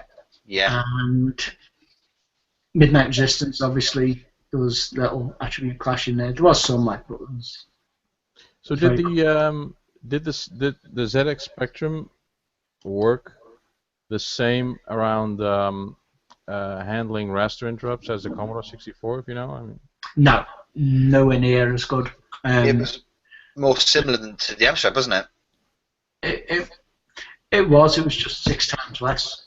Basically, the Amstrad had 6 interrupts every frame. Yeah. 6 or 5. Yeah, I think it was 6. 6 interrupts every frame. So you get like at fixed lines. Yeah. And then, but with the Specky, it's just at top. Well, the V blank. Right. So that basically merits why. Yeah, on the Commodore, Amstrad were slower. In any particular line you wanted. Yeah. So it sort of explains why the Amstrad ports were slower in a way. The Amstrad ports were slow because the screens was like 16K, whereas the Specky screen was 6K. Yeah, yeah. And the processor was the same speed, more or less. So that's why the classic Amstrad Specky to Amstrad classic ports, there was like numerous ones of them, were always the same game in essence, but slower. Yeah. Yeah, like R-Type, like we said. Black Tiger is another one. Yeah. Yeah. Well, one way around that is to code the games in BASIC, which is what many of them did, and they were awful. Oh, we're not talking about Induscomp here. Yes, actually, yes I am. Galactic Don't Plague. you dare mention Induscomp. There Shout are, out to Paco Suarez. Paco Suarez. He's a legend. Top man. Get him on the stream. Get him in gym. Have a I will. conversation. I will. I just started watching a channel by a guy in California, and he does, I don't know, shall I call them playthroughs of Lodestar Disc, which was like a disc-based magazine, and you'd get a disc every month filled with basic programs. You know, and he goes through all of them. It's extremely boring. But there are so many people. Does he go through them and type them all in? Right. Let's see Well, here. 10, go to 20. Right. There are so many people who seriously developed software in BASIC. Kevin Tom. Oh, there was a big industry for that, for the type. Whoa, what was that? Okay, that was a massive thunder blast outside my front back You door. got the load earlier. God is not happy with the Hurriac live stream. Whoa. He's pissed off with Novabug. Whoa. Now Question for you all. Yes? Have a guess what retro computer I've got on my desk. Guess. Yeah. I'm Spectrum. going to say it's a trick question, and you've got a Raspberry Pi. He's got a Dragon 32. Nope. That's a ZX81. It's like Starbug. That's what I did Dragon Slayer with. I got a question about the ZX81. That's the very one. Yep. Brilliant. Wow. Love it. Does you can switch the ZX81 to fast mode? Yep. Fast mode. Does it switch back to slow mode when you power it off and on again? Or does it stay in fast mode? It stays in slow. Oh, it goes back to normal. It goes back to slow. Okay, so then I have one broken ZX81. I'm afraid. Troubleshooting on the Hurriac live stream. Yeah, well, I was that's like a tidbit of information that I don't have. Oh, I switched the thing to fast mode, and then it does like the screen flicker, or does it do that? And but it doesn't go back anymore. So. Right. What that is when you've got the fast mode, all it's doing is it's stopping the Z80 drawing the screen. Right. With the ZX81, the Z80 has to send the data to the ULA to go to draw. So most of your processing time, like from up here, start of the display down to the end of the display, is taken up by the Z80 and send the data out. So the screen display. Back in the day, where would you get this information? I mean, I can get it now easily on the internet, but Google it now, can't you? right. So I did it recently with the ZX81. Yeah, but how did you do it back then? Did you sit down and try? There was a couple of books out, but I don't know where they would have learnt it from. So yeah, that's a good question. Basically, the library. Well, this is really something that I've been wondering about because some of those games. I mean, 3D Monster Maze, amazing. Yeah, right. Yeah, but how do you, The strange thing is, right, when you're doing machine code stuff on the ZX81, because you're still having to generate the screen and everything, it's so much harder because you've got to keep it all going as well as generating the screen, and the amount of time you've got left is really minimal considering how much you've got to do. So your timing is crucial. Yeah. You have to know. You want to keep it smooth and that. Right. And the thing is, in the book that came with the ZX81, the manual and the user guide and that, it didn't really tell you how to do machine code and keep the screen active.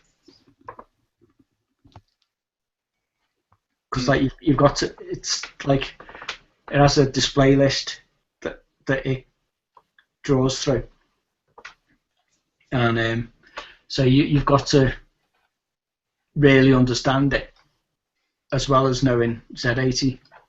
So it's like you say, how they did it in the early days, like the 3D Monster Maze and everything, is hats off to them. That must have been frustrating to want to know stuff, and the book just doesn't say how to do it. So it's a lot of trial and error, I suppose.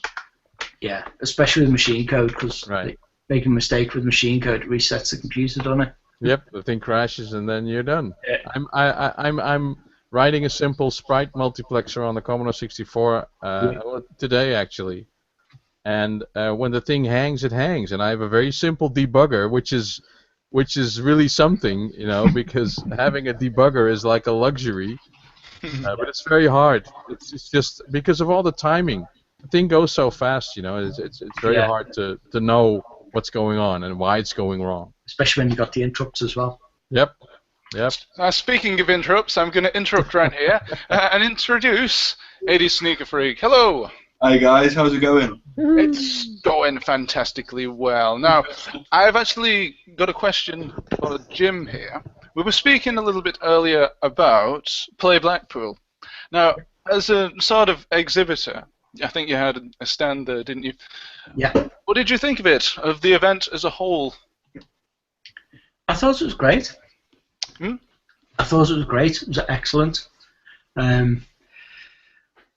Wasn't as big as it has been at Blackpool, but it was still big. There was a lot on. There was a lot of good stalls as well.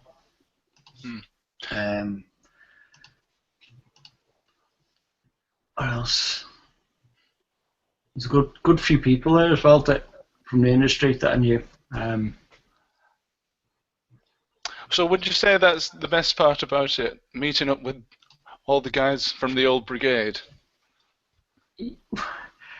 Yes, and it's more than that. I think it's not just them. It's the public as well. The feedback and like meeting the people when they're asking about your games. It's the whole like thing as an event. Basically, it's brilliant. You can't just say one bit's the best because it's just I really enjoy it. Yeah, I think we'd all concur with that. I really enjoyed it myself, and I wasn't an exhibitor. And I say that, and I never even got a chance to go into the hall on the Saturday. This is all from what I learned going in on the Sunday. Yeah. Because, well, one thing I will say I'm slightly disappointed with was the number of vendors, but this is a noted problem because the price to actually have a stall there to sell games went up markedly, massively. So the only ones that were left were the ones that were really high priced, selling stuff for massive prices, and the vendors hall was about half as full as it usually is. I don't know if that's because everybody came on the Saturday and not the Sunday, or if indeed all the best stuff was bought up on the Saturday. No, it was. I think, like you say, it's getting more expensive, and it's not just because of the event organisers. I think the event locations are sort of realised, hang on a minute, we can probably make more money here and they're charging more. It's like for the electricity, you have to pay for the electric feed. I think it was a bit of a shame for myself because I went and it was brilliant. I had a great time. But when I was in Blackpool, I didn't see much advertising or signage for this event. You know, and it's a big event, and even when you got to the hotel itself, at the front of it, there's like a football event for kids, and it seemed to just be a secret little event. So unless you come across it on the internet or you've been before, or you know, like a lot of people have, because it's a great event. And you know, I agree there with the comment about the trade hall. You know, ironically, the biggest stall on the trade hall selling samurai swords, which I thought did not belong. Did not belong when you've got little kids going around there and stuff. Yeah. But it didn't belong there. I know they got the cosplay thing and that, but that's not samurai sword, real swords and shurikens and all sorts. The homemade stuff, aren't they, with the cosplay? Yeah, well that's it, and you know, I mean, well, these are real blades, weren't they? Well, yeah, and you had people drinking there all day. So what are you going to do? Have a few pints and buy a samurai sword and walk down the prom, you know? But does that mean that the retro gaming community isn't worth any money? Well, it's still big. It's just that the Manchester one is bigger because it's a bigger event. It's a bigger hall. They have more stalls. It's a lot bigger. See, with the price going up of the stalls in Blackpool, and with it not being as big as the Manchester one, it's harder for the stall holders to actually make the money back, right? To pay for it. It's not financially viable for them to actually be there. Only the big boys. Yeah. So that's basically just a size. I mean, size of the venue. I mean, physical size. Was that too small, or was it just? Yeah, it's quite big. Isn't it? It's big, but the problem is there's a lot of stuff that can go there. Mm. The retro gaming event scene is huge. Because there's so many stalls that didn't go, that wanted to go, but they couldn't go because they couldn't make the money back for the stall, but it was there wasn't really enough room. How about the visitor numbers? Because that's always, you know, I mean, that's what makes the money. I mean, how does that compare to Manchester? Does anybody know? Yeah, I think it was. I think it was 3.5, 2.5, and 1,500. Wow. Per day. Per day. Well, yeah. Yeah, for the days that you. Okay. Do you think they put it on for too many days? And then in Manchester, it's way more than that. Sorry, what was that, Eddie? Yeah, do you think they put it on for too many days? Because it was a 3-day event this year, wasn't it? They split it to 3 days because it was to give. Well, people have been asking for splitting it into 3 days to make it instead of having everybody in for the 2 days, spread it over 3 days, and then so it's not as compacted. Yeah. When you got like, what was this? 3.5, 5, 6, 7, 8. 7,500 people in a thingy, a small. Yeah, you've got a good point because a lot of the people who would have been coming on the Saturday and Sunday, me for example, last year, I would have never had any chance of having to go at any of the retro machines because every single one of them was either full or busted by the hundreds of people who played on it beforehand. Take for example the Pinball Alley, which I don't think it was at Blackpool. No, it wasn't. No. At Play Expo, the main Play Expo, that's always chock full of people, and there's always guys ferreting around with the mining hats with the lamps on it, doing the running repairs on the machines. It's brilliant. So they do a good job there. Oh yeah, fantastic. Really, really earn the money, those guys. And I think is it Pinball Passion, the guys who run that. I can't remember the name of the group. Something like that. Yeah. So yes, Play Expo. I think we can all recommend it. But Jim, we actually have another question. Is there anything else that anybody wants to say on that subject, by the way? I had a great time, and it was really fantastic to meet all the YouTubers. That was the social thing for me. Made it all worthwhile. To be honest with you. I went to Manchester last year, and I didn't go to Blackpool this year, thinking that I would go to Blackpool next time and skip Manchester and that. But I'm really on the fence about it. Oh, really? Yeah, I mean, I have to choose one of them because I can't go to both. It's just Blackpool is aimed more at the retro, and Manchester's got everything. It's got all the new stuff. It's got all the old stuff.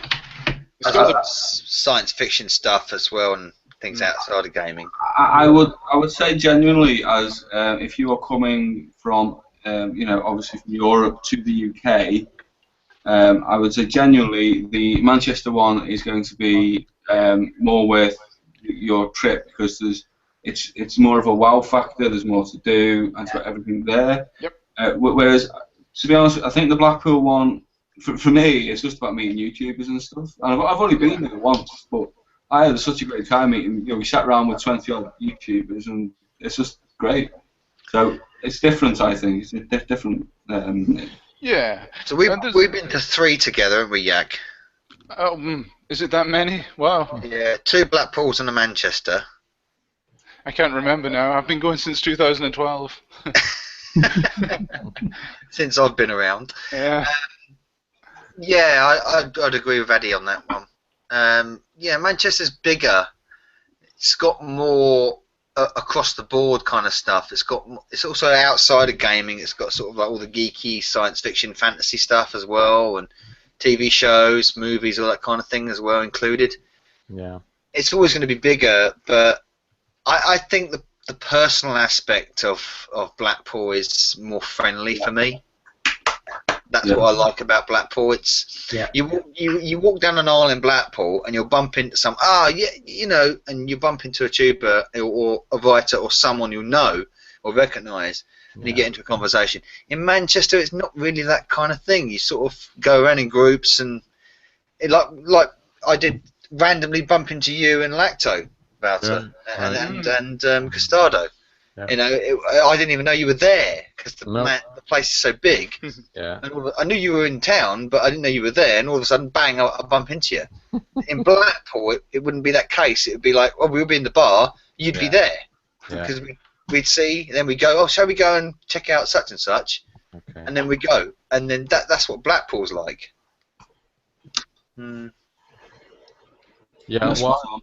The social aspect is the whole reason for me starting a YouTube channel anyway, and I've been to Manchester and it was fun for the reasons that you said. There's lots of stuff to buy and to see, but you don't necessarily run into everyone that you want to see. And you haven't got a chance either, as well. It's a lot louder as well, the one in Manchester. If you are planning on filming something, be prepared to either get a microphone or completely mute the whole thing and put some different audio. Very noisy in there. Music overlay job, innit? Yeah. No, it'll probably be Blackpool for me then next year. If you had to choose one, I guess Woot has already explained this, but if you had to choose one, personally, would you go with the Manchester one or the Blackpool one? Ooh. Who, me? Oh, everybody. This is an open question. I'd choose Blackpool. I probably would as well. I think I'd go with Blackpool. And for the reasons I've already said, because, for example, I literally had like 10-minute literally less than 10-minute conversation with Walter in person at Manchester, and I think when we went to see Chris Barry, and you were with us, Harry, and Gashead, and I think it was Walter and Mark and Custado followed us there, and was it Custado's missus that was with us as well? Yeah, she was. Yeah, she was, and they literally just. No, it was Mark's missus. I was, and we were doing all that business because I was doing what I was doing and talking to Mike and talking to you, Harry, and talking to Gashead. I was not talking to Walter and not talking to Mark, and I was like. And then when I turn around, they're gone because they're doing their own thing, and that's all cool. And it's like, well, that wouldn't happen in Blackpool. Yeah. Right. In Manchester, it would because there's lots of stuff to get distracted by and see and do, and like you said, limited time and all that. In Blackpool, you don't feel rushed when you're in Blackpool. If I go to Blackpool next year and none of you are there. I'll be there. I promise you, I'll be there. Oh no, we've moved it to St Helens or somewhere. Will told me. Not if the rugby's on. One of the things that I really liked was the panel idea, because I really think that the retro scene is large enough for us to actually have an event that is about YouTubers and retro gamers. Yeah. We should pitch this to the guys for the next one to have a general YouTubers panel, not just a retro and limb one. Right. But, So many of us there. Yeah. Imagine if it was done in the auditorium. yes. I think That would be Steve awesome. actually talked to the guys who organized the event, right? Yeah, we are actually in touch with them, but it is very, very difficult to get your point across because they are extremely, extremely busy guys. For example, now they're probably preparing for Blackpool next year, right now, and the backlog of stuff is probably requests. One down south, isn't there? Margate. Margate. Yeah. There's actually one, I believe, at the end of this month in Manchester at the Museum of Science, I believe. Yep. All right. 6th, is it? Somewhere. I'm thinking about going along to that because it's only down the road from me. Excellent. Jim. Go on. Jim. What? What are you developing at the moment? Anything, mate? Dragon's Lair for the Acorn Atom. Whoa, that's a throwback. Nothing modern, or are you just out of that scene now? Or? Modern. Ooh. I'm just interested in see what you're developing lately, or. Yeah. It's Apple Bob. I've done the PC version and the Windows Phone version. Right. So mobile gaming then. Yeah. Well, the PC. Yeah. Version. It's not really mobile, is it? Well, unless you get a tablet. Yeah. Is it on Steam or anything? No, it's not on Steam yet. Right. I want to do a PS4, maybe an Xbox One version. Cool. Multiplayer and a bit more feisty. What are your thoughts on the current generation of where that's going with the Xbox One, PS4, Wii U? I don't know. I've not got one yet because when they had the PS1, I was like, wow, it's amazing compared to what we had before that. And then you got the PS2, it was like a huge step up. And then you got the PS3, and that was a huge step up. And you get the PS4 now, it's like it can do 1080. Yeah, it's not much of a step, is there? There's no next generation really. It's only very slight, isn't it? Yeah. Yeah. It gets smaller and smaller as you jump to the next one now, doesn't it? It seems that way with me anyway. Yeah. It's strange how do you feel about like the PS4 is basically dominating the market at the moment? Yeah, if I was going to get one, it would probably be the PS4. Yeah. How do you think that's happened? I might get a Wii U. I don't know. I'm not sure yet. I tell you what, this Wii U, I love it. I think it's great. But, yeah, and everyone says, oh, well, get a PS4, get an Xbox One, and it's like, yeah, well, thing is that the Wii U does everything I need it to do. So. And you've got Mario games on it. I tell you what, I'm addicted to Splatoon at the moment. That game is awesome. It really is. A really good game. Is it anything like the Blob, Chris? Because I'm seeing little characters running around with paint. It is, but it's like they've reinvented the first-person shooter in a way. It's like capture the flag, but you've got to cover the map rather than capture the flag. Exactly, but it's this third dynamic where you can change into the squid and swim through. Yeah, that's it. Dragon's Lair. You can swim through the ink, and it's a basic premise, but when you play the game, you realise how deep it is. It's really, really fun. And that's basically what it is. You don't have to think about it. Once you know the controls and you know how to play it, it's just unbelievable fun. Mm-hmm.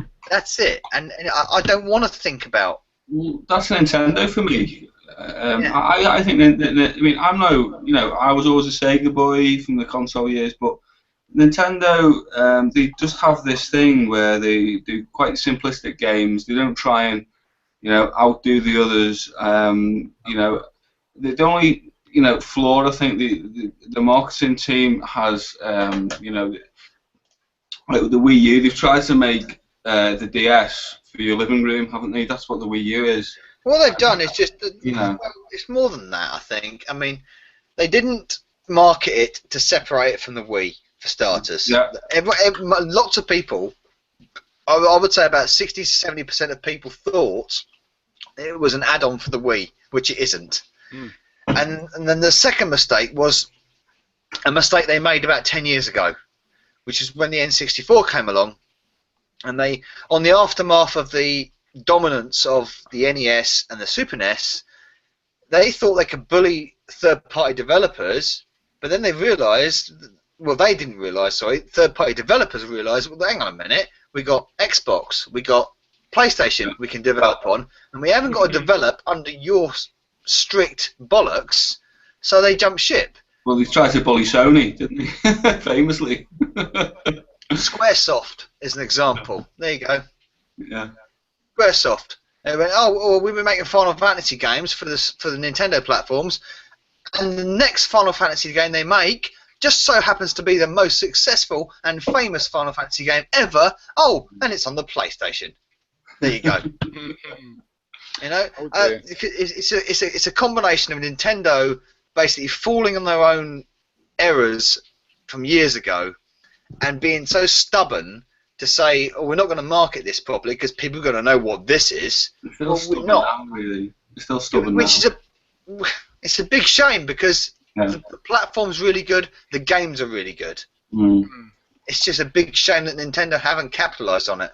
I mean, one thing that put me off the Wii U, when I look at the games, I think, like that Mario 3D and whatever, I thought, oh, that looks really brilliant, but then, honestly, from a personal point of view, I don't have to pick up a pad that's this big and do that, I just want to pick up a easy-to-handle controller for a platform game. Basically, using an extra-large iPad. Addy, trust me, I know this looks cumbersome. Yeah. Really comfortable.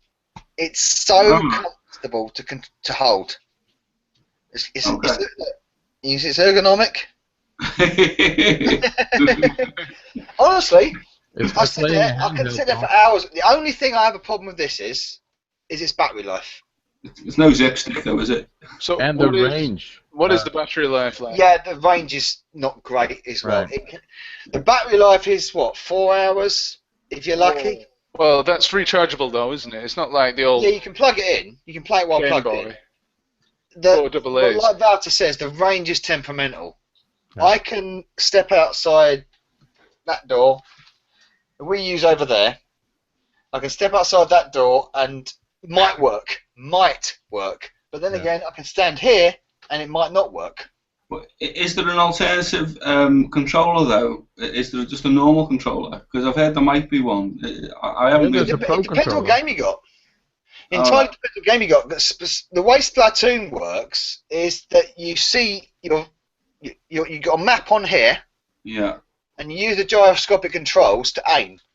You use your sticks to walk around camera view and the triggers to obviously shoot and stuff. And it works really well when you hold it up like that.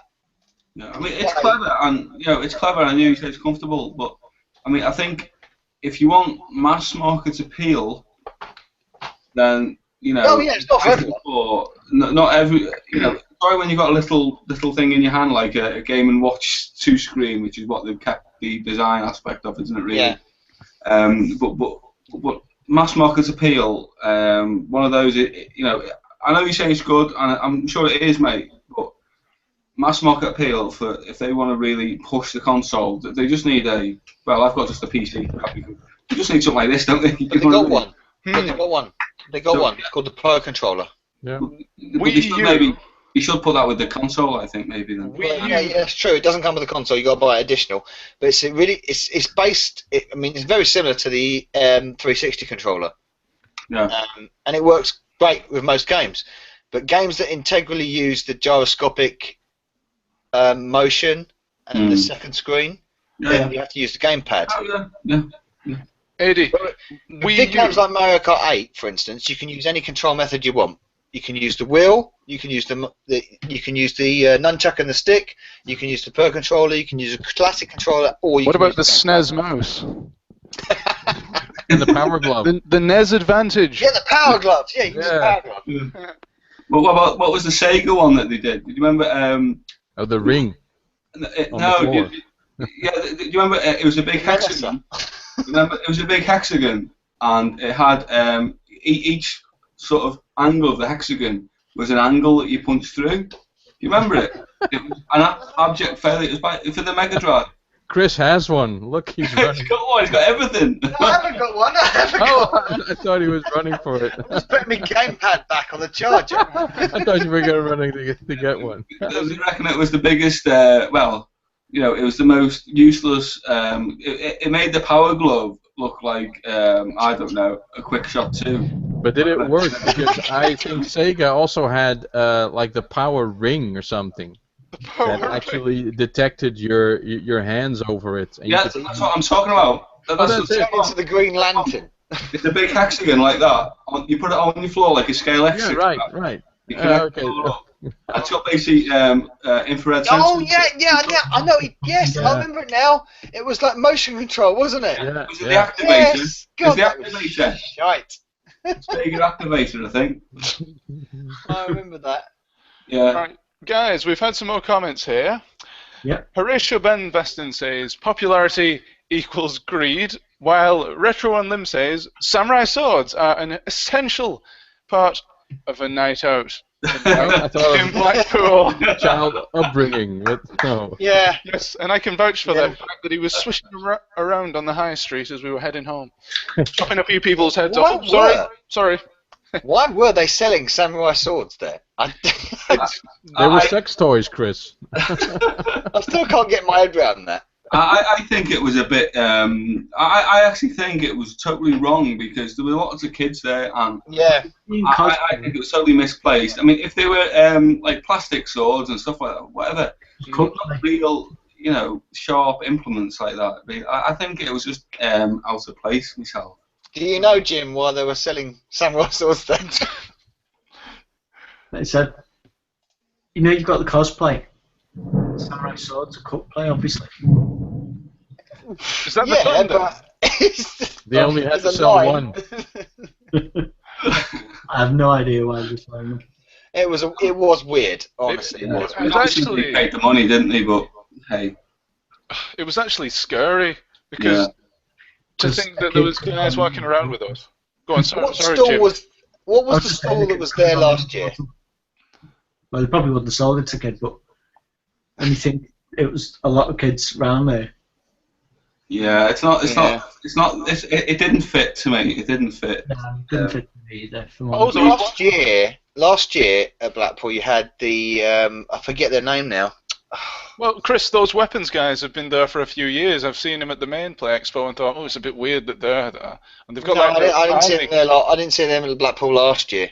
Oh, right. Where they were was where we saw Amiga, Spectrum, Amstrad, all that stuff. before. Yes, yep. So I forget the seller's name now. So they obviously thought these guys are all going to fight over different formats. So let's get the weapons out. Yes, Did let's you ever watch see them anyone use buy it. one? I mean, did they sell anything? Probably. knows. They must do because they paid. That was a really large store, so they must have paid a heck of a lot for it, you know. So, I don't even know if those things are legal. Jeez. Anyway, let's move on because Colo CPC has left a question for you, Jim. Yep. He asks, I'll get this up on the screen. How did you get into ZX81 machine code? Because back when I had a ZX81, all I had was magazines with random system basic, ASCII, aka any books, etc. Yeah, basically, back in the day when the first computer I got was a ZX81, and I wrote a load of basic games for it, in BASIC obviously, and it wasn't until I got a Specky that I learnt Z80. I actually learnt 6502 before Z80, but I wanted a Specky anyway. Is there much difference between the different machine codes? Yes. Some people say yes, but I say no. Basically, if you go on the fact that they're all really doing the same thing, you've got your accumulator or accumulators that you can add and subtract and compare numbers. You load a number into a register, and you can store it back into memory, and you can have pointers to parts of memory. And if you realise that all you're actually doing is getting a number from memory, adding or doing a calculation on it, and putting it somewhere else or putting it back where it was, that is the same on most computers or most languages. Okay. You've got LDA for 6502 to get an address, get a byte from an address into the accumulator. You've got load brackets, HL or brackets and address, close brackets, comma A to load a value into the A register. In 68,000 you've got the move instruction, which is move and then source and destination source. Makes it sound so simple. How did It actually is. If me and Val were talking about this earlier. It seemed a lot of developers had trouble transferring, say, from the Z80 to the MOS and vice versa. How would, if what you describe is so simple, why would they find it so tough? Because they're not Jim Bagley. Not everyone. Most people only had the one computer. They'd have a C64, or they'd have a Specky, or they'd have an Amstrad. They wouldn't have all of them, so they wouldn't be able to get to do Z80 and do 6502. Whereas I did, because I had a thirst for knowledge on it. I just picked it up. So basically, the people that knew the shit did it right. Well, it's not really about knowing the CPU as much as it is about knowing the system it's in. Yeah. Knowing all the timings and all the addresses and stuff. The abilities. The behavior of the thing. Well, it was the chap. I always forget his name. If you watch him Best Friends of Billions, he's quite prominent in that. Yeah. The guy done Manic Miner. He's the only one of the only guys. Matt Smith. Yeah. And when you watch what he did to convert from one to the other, and he was putting all sorts of little PCB together, and to make it work and make it run on a dummy board. He was a clever boy in the day, wasn't he? Yeah. You see the way the Oliver twins did it? Because they were Amstrad, weren't they? They were they programmed on a 6128. Yeah. And they had a techie guy build a port card to slot into the external expansion port of the CPC, and that would link it via ribbon cable to the Spectrum, and it would port the machine code over.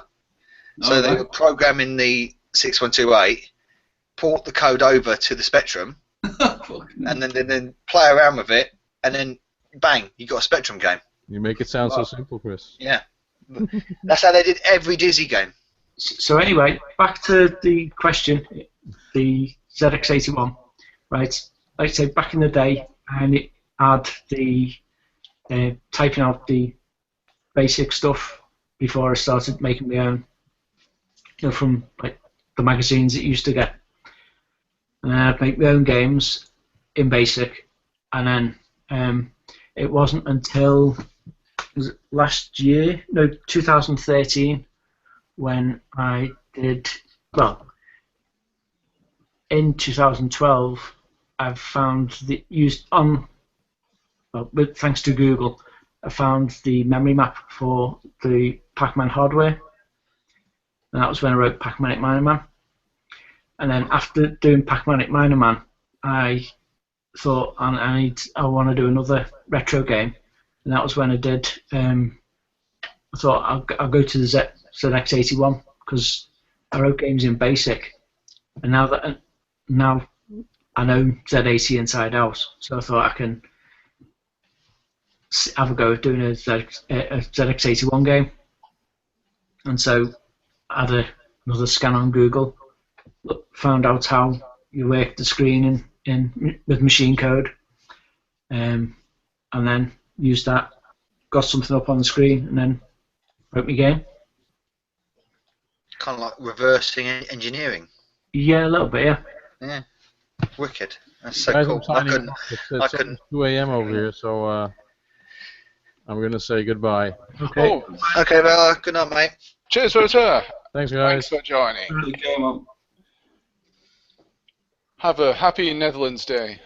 Do we have that? I think it's Canada. Yeah, oh, it was Canada Day the other day, wasn't it? Yeah, it was Canada Day. But, I'm going to hit the sack. See you guys. Yeah. Good night. Bye. Boy. Yes. Retro Games 1979 says 6502. What could that mean? Commodore 64 processor? Well, 6510, wasn't it? It could be. I think Mr. Retro Games 1979 is a big techie head, so he might come along in a minute and explain himself. Smooth MJ says Chris should work for Nintendo PR. I think he also left a message about... yes, Channel Swift says Zeus is angry with the Novabug, methinks, in response to the thunderclaps. Smooth MJ. Oh, I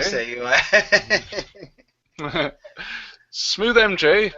He says always loved the theme to Golden Axe and Midnight Resistance on the CPC. Great use of the AY chip there. Yes. Can I add one game to that, which I thought was fantastic? It was quite a melodic tune, and it was different to the other ports of the game. Target Renegade. I thought the CPC version from the start, and it was quite slow, wasn't it? But it really built the atmosphere of when you go through that car park, the multi-story car park at the beginning. Mm-hmm. But anyway, carry on. Sorry, yeah, I thought that was a great tune on the CPC as well. Well, Target Renegade is one of those games I could never get to load on my Amstrad CPC because I always got read error B. That was such it was an amazing game. Amazing. I thought it was amazing. Sorry, did you say, Jim, did you say you did the music on Golden Axe? No, I didn't do the music. I did the driver for Midnight Resistance. Right, okay. As I say, this is this is when the AY chip is used properly. Mm-hmm.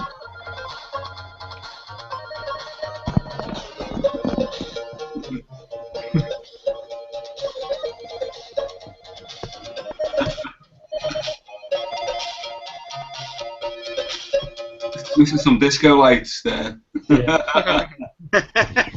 Brilliant. Bit of a strobe.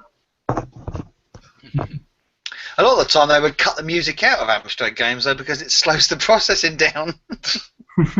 I mean, I think Amstrad was obviously, you had the big three in the 80s, and my own opinion is that Amstrad, if the architecture had a tweak, it had the potential to be by far the best of the three. I mean, looking back now, I would say the Commodore 64 had the best of everything, really. Oh, sure. The Spectrum had obviously the detail in the sprites and what have you, but obviously the other two consoles had the better colour palettes, didn't they? I've always said that if you amalgamated all three of them, then you would have got a perfect 8-bit system. I guess you could say that about any generation of console. Yeah. Yeah. You can cherry pick parts. Cholo CPC. Oh, sorry, what? Cholo CPC. I don't know whether you scrolled up or down. It was about the Cholo CPC, yeah. Dragon's Lair. Oh, let's have a look. Dragon's Lair, where was it? Oh, yes. He says, quite impressive to squeeze Dragon's Lair onto a 1K RAM ZX81. I think I read this when you hopped off for a second. I assume it had a RAM extension at the least. This is a memo pack case, but the actual board inside is a ZXpand designed by a friend of mine who I used to work with called Charlie Robson and sold on sellmyretro.com. And basically it's gives you 32K of RAM, and it also gives you access to an SD card to load your games in quicker, so you don't have tape issues. Flash drive. Isn't it? That's a really good feature. I mean, a lot of the machines now have got get devices with these. Well, yeah, it's across all the systems now. There's a lot of people making those, and it's really good, isn't it? Because it's excellent. It's almost like a halfway point between emulation and collection. Because at the end of the day, I mean, I'm a big promoter of emulation, because the people that program MAME and things like that, they're not pirates. They're fans.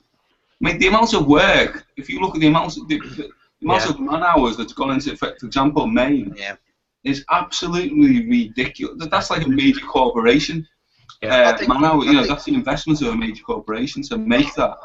And because at the end of the day, arcade chips, cartridges, they will all die eventually, and in 100 years, 200 years time, there might be an example in a museum, but the emulation will be in cyberspace, and people will have these games forever. I think MAME in particular is very important because Definitely. of its arcade nature. Yeah. It's the most difficult platform to get hold of, isn't it? So we can get hold of consoles, we can get hold of systems and computers, and we can restore them and update them and continuously keep them going. But with arcades, you can't do that. Yeah. So have you got a link to that feed, the message feed, so I can have a look through it as well? Yeah, sure. I'll post it in the comments. Okey doke. Let's see. Smooth MJ, nice one. Yes, Smooth MJ says, at you, Jim, legend, bloody loved Midnight Resistance on the Amstrad CPC. Hey, glad you liked it. There's a link to the video, and we didn't talk about that. we'll have the comments. I'd love to, at one day, when I've got time, because I've got so many projects on the go, to do a full 16-colour version of Midnight Resistance. That'd be fantastic. I wanted to do it back in the day with a proper artist. You put a Kickstarter on that, Jim, I'll be the first to sign up, mate. Yeah. Yeah. Same here. Honestly, really would. Yes, Kickstarter as a force for good. Let's read out some of these older comments here again. Commodore 64, this is Colo again. Commodore 64 had much better minigames or music when loading games. Alas, Amstrad did have a few games. That, Harry. Yeah, but I don't think Jim was here, was he? Amstrad did have a few games loading with music like Spiky Harold on tape, but I can't recall a loading game running. Can't remember many. I mean, I think again, each system had its merits, didn't it? And it's so easy though to fall. And I'm very balanced. I'm very a fanboy, and fanboys are a word that gets bandied around everywhere, particularly on the internet. But I think it's almost natural to have obviously a nostalgic view for a system. If your mum and dad bought you that system when you were 8 years old and you grew up with it, then and your mate, especially at the time, and your mate would have a Specky, I'd have an Amstrad, and my other mate would have a Commodore, and we'd all have debates in the playground. Oh, this is better than this. This is better than this. And it sort of lives in the back of your mind to this day. I mean, I say now I look back and I appreciate every single game. I mean, there's a chap on Kickstarter we're just chatting about there, Sam Dyer. He's doing the books. Have you guys seen the books that he's producing? He's done he started with the Commodore 64 compendium, and then he's done the Amiga compendium, and the next one is the Spectrum compendium. And I'm pushing him to do the Amstrad compendium next, Chris. Yes. Hey, you're nicking my idea. But I backed them all. I backed even though I had an Amstrad as a kid, but I backed all of them. Well, I had an Amiga in the 16-bit era, but I backed, the 664, and I bought it, and I backed the Spectrum one now, and I bought it, and basically it's a beautiful coffee table book, which is full of pixel art of the games. It's wicked. It's amazing, and when you back them on Kickstarter, you get lots of. The good thing about backing anything on Kickstarter is you have tiers, and then you have stretch goals, and the stretch goals you get are really good. Like with the Amiga one, I got like a Shadow of the Beast CD soundtrack as a stretch goal. Got a poster of Another World stretch goal. If he doesn't have a stretch one, tell me about it. No way. Well, that's what I've said to him. I've said, you've got to do an Amstrad next because that's the only main player 8-bit system, if you like, from the 80s in the UK and Europe, if you like. Hasn't been covered, so. Maybe I shouldn't say, but I kind of sort of started doing that myself. Well, you're actually writing something. Yeah. Oh, really? Can I write something for it? It's kind of, it's not really going at the moment, but it's an idea that I've got brewing in the back of my head to make some sort of my account of my history with the CPC and its games. You get it on Kickstarter, man, or have a clearer thought and put it on Kickstarter. It's definitely worth doing because do it. People will back you, man. Definitely. If you buy my teletext book, I'll back it. A teletext profile of the 464. Yes. Teletext. What was the game on Channel 4? There was Bamboozle. What, Bamboozle? Yes. That one? I chose that as one of my 10 Desert Island games when I went on John's show again earlier this year. Speaking of favourite games, this is the question I want to ask Jim. What is your name some of your favourite Spectrum games, whether you developed them or not, whether you're involved or not. Right.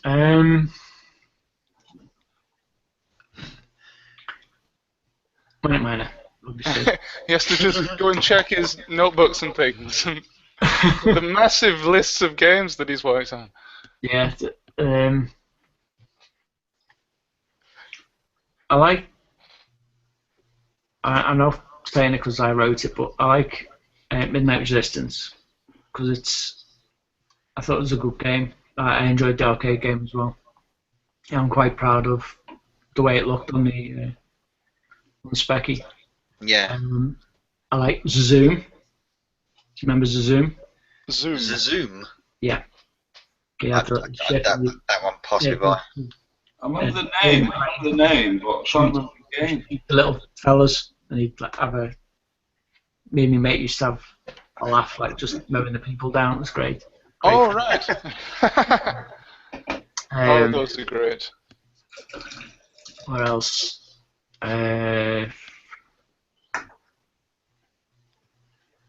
Green Beret. Oh, that was good. Yeah, like that. Bloody hard as nails. Yeah. It was, wasn't it? Yeah. They made Ghouls and Ghosts look like a bit. Well, it's easier on the Spectrum because it's scrolled. I mean, on the Amstrad it flick screened. Yeah. So hard. Well, that was the big thing for the Spectrum. Was obviously the way it scrolled compared to the Amstrad, which was very sluggish. Depends what game you look at. Well, the Amstrad in general was a very slow system.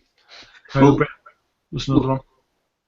They often say, Jim, don't they? Though, I mean, will you agree with this? That if you take a photograph of a game, probably the Amstrad was the best looking game. Yeah. But if you actually watch a video of a game, then it's probably the Spectrum out of the two. Well, yeah. Some people argue Chase HQ is a good example of that. Yeah. Chase HQ is excellent on the Amstrad. It's excellent on the Spectrum as well. Yeah. Well, yeah, obviously. Yeah. I think Mr. Retro and Lim would concur. We're not going to talk about the Commodore version. But then again, Commodore fans can always turn around and say, Outrun. Well, yeah. No, they can always turn around and say, Galactic Plague. Yeah, it's Amsoft exclusive. You can't. Oh, you can't Galactic Plague. It's not a multi-plat. That was in the that was in the 12-pack, wasn't it, Chris? Yeah. It's the running joke we've got running tonight. Yeah. With Paco Suarez. He's winding me up again, Addy. To be fair, I was more of a fan of animal, vegetable, and mineral. Oh, I thought he was going to say Bridget there. It's a good job he said animal, vegetable, mineral. He's not going to say Bridget then. Oh, okay. I don't think anybody likes Bridget. I do. Bridget, oh Jesus, that was awful. That was where you went on the. It was impossible, wasn't it? Yeah, I could. No, well, I've done it. Yeah, I've done it as well. Was it the little guy with the red cap or something? Yeah. I don't know. I ain't got a clue. Jumpsuit and green pants. But the other day, someone said to me about a bad game. But some people say it's the worst game on the GX, and it's on the Amstrad as well. Obviously, a variant version. But I sat down and played it, and I thought, actually, I really like this. Wild Streets. Wild Streets. I really liked it. I don't know why. I've never played it actually. Chris. Wild Streets. That is a game that I just played on the first of the live streams. It was fantastic, but I couldn't figure out what to do. Oh, you just walk. I kept walking to the right, but then you can just keep walking past the Chuck Norris types until you get to the last screen, when they are suddenly impossible to beat, and you need to shoot them with your gun, but I never figured out how to shoot. So that's as far as I got with that game tonight. I don't know why, but I just found it really fun. I don't know why. Oh, it is. It's brilliant. What's the meaning of the panther, though? Randomly, the panther will attack people, but you don't know when or where. You know, so it's kind of like before Shadow Dancer. Can I ask you a question based on that to all the guys on the stream here? Sure.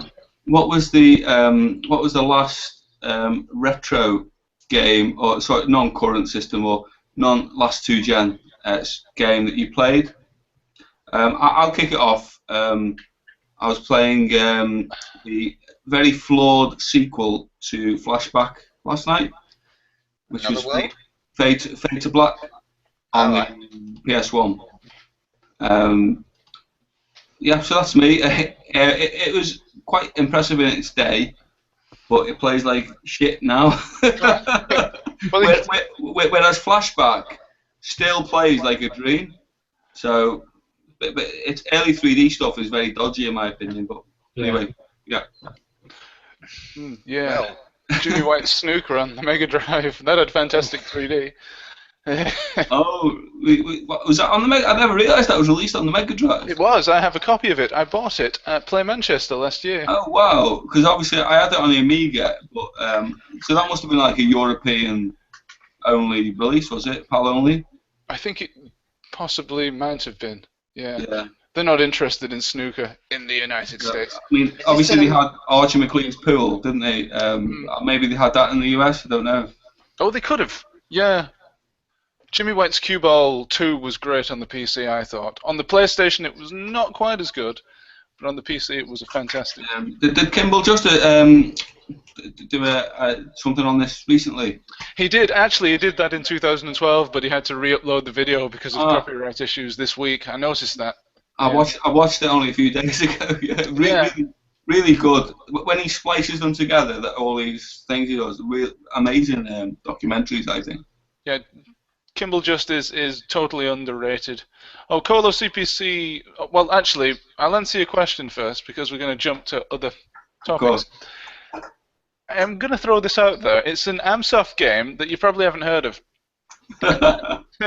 It's called Traffic, and you play as a traffic cop in the centre of London, and you've got all these cars coming in from the top, the bottom, and the left and the right, and you've got to adjust the traffic lights at the right time so that there's no pile-ups, and you earn points. You earn points by the number of cars that go through and successfully leave the screen. It's a really simple concept, and I still haven't figured out how it works. But yeah, it looks like SimCity. have you just looked it up? No. Oh, no. It does look a little bit like Look it up SimCity. now. It does. And there's a picture of a traffic cop on the front cover. I just think it's this really ingenious From memory, little it looks idea. like SimCity. Hang on, let me look it up. Did you have that back when? I remember it. I never had it myself. No, I mean, I think the only Amsoft game I had that was outside of the 12 pack was Assault on Port Stanley. Oh, why were they so obsessed with these Falklands-related games around that time? So you got Harrier Attack, which is obviously based on the Falklands. I used to love Harrier Attack though. I thought Harrier Attack was. Well, I used to bomb the ship because when you used to go Yeah, back. you can't land then. No, I know. That's why I used to do it. Yeah, so if you complete the stage, you're knackered because you can't land. Chris, what was the last retro game that you've been playing then? Oh God! Look, I'm compiling an Amstrad compendium at the moment. So it was on the Traffic. Amstrad naturally. Put traffic in it, you compendium. Hang on, I'm being called. One second, you have to come back to me. Sure. Okay. Jim, what was the last... Oh, have you answered this yet? What was No, the I last haven't answered this one yet. retro? What was the last retro game that you were playing? I played was Mr. Do. Oh, Mr. Do. Yeah. Mr. Do, yeah. Wow. Arcade game. Okay. I've not played that in a while actually. I'll have to get onto MAME and give that a bash. Yeah, I've been doing a couple of 100k challenges All right, yeah. just to try and get past 100k on the game. There's a challenge that goes around YouTube. I don't participate in it. It's called the YouTubers High Score Challenge. It's quite interesting. I've watched a few of the guys, but I've never put me foot forward to participate. But I think if you can just participate, reply to the initial thread of the video with your video. You've got to actually take a video of your screen if you like to show. And it's quite interesting when you see the roundups and you think 18 people participated this month.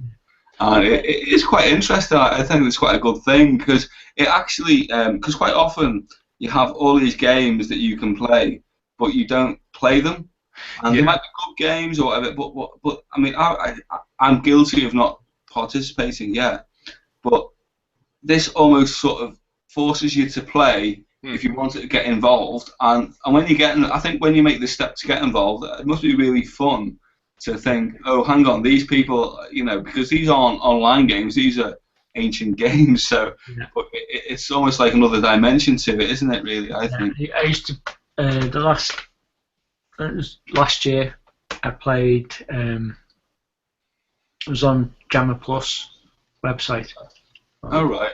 The forum there. And they run a yearly competition, so for every 2 weeks, you have to play a certain game, and then whoever gets the highest score is the winner. And then it's like a league goes on to the end of the year. It's quite good fun. I enjoyed it. It's like you get to play loads of different games, and it almost makes you play. I mean, obviously you can pick up and play any time. Yeah. If you've got MAME set up. But it always makes you go to that game and appreciate it more because. It does, doesn't it? Yeah. Yeah, brilliant. Chris is back. Yeah, sorry. Welcome back there, Chris. My eldest daughter had a bit of a panic attack over the thunder. Oh, is she okay though? Yeah, she's fine. She's down here now, on the sofa. So carry on, crack on. Sorry. We shall indeed. We have had a comment from Colo CPC. He says, the trouble with machine code is probably that in reality it's too simple. So it requires a lot of work as you'll need to program everything from scratch, and that can confuse people. Lots of math. Need to know the hardware, etc. Helps having an assembler tool, of course. And then Jim Bagley says, "That's true, Colo CPC. It's instructions, and you need to do a lot of them to do anything relatively small." I've actually got a question for Jim over there. Hello, Jim. Yep. So, Have you ever considered, well, we were talking about high scores there, have you ever considered entering sort of gaming competitions, esports, or competitive gaming? Or have you done it? Are you any good at it? I mean, you coded all these games, so you'd think that these coders would be the best gamers. yeah, I've not really thought of going into it. Like some people that go into it professionally, I just do it for fun. So it's I play a lot of games, but it's for fun. It's not really. Yeah. For the love of gaming, yeah, Jim. Yeah. Excellent. Well, I should think that the pro gamers actually do it deep down for the love of the gaming as well, and there isn't an awful lot of money in it. But yeah, I think we can all agree with that. Mm-hmm.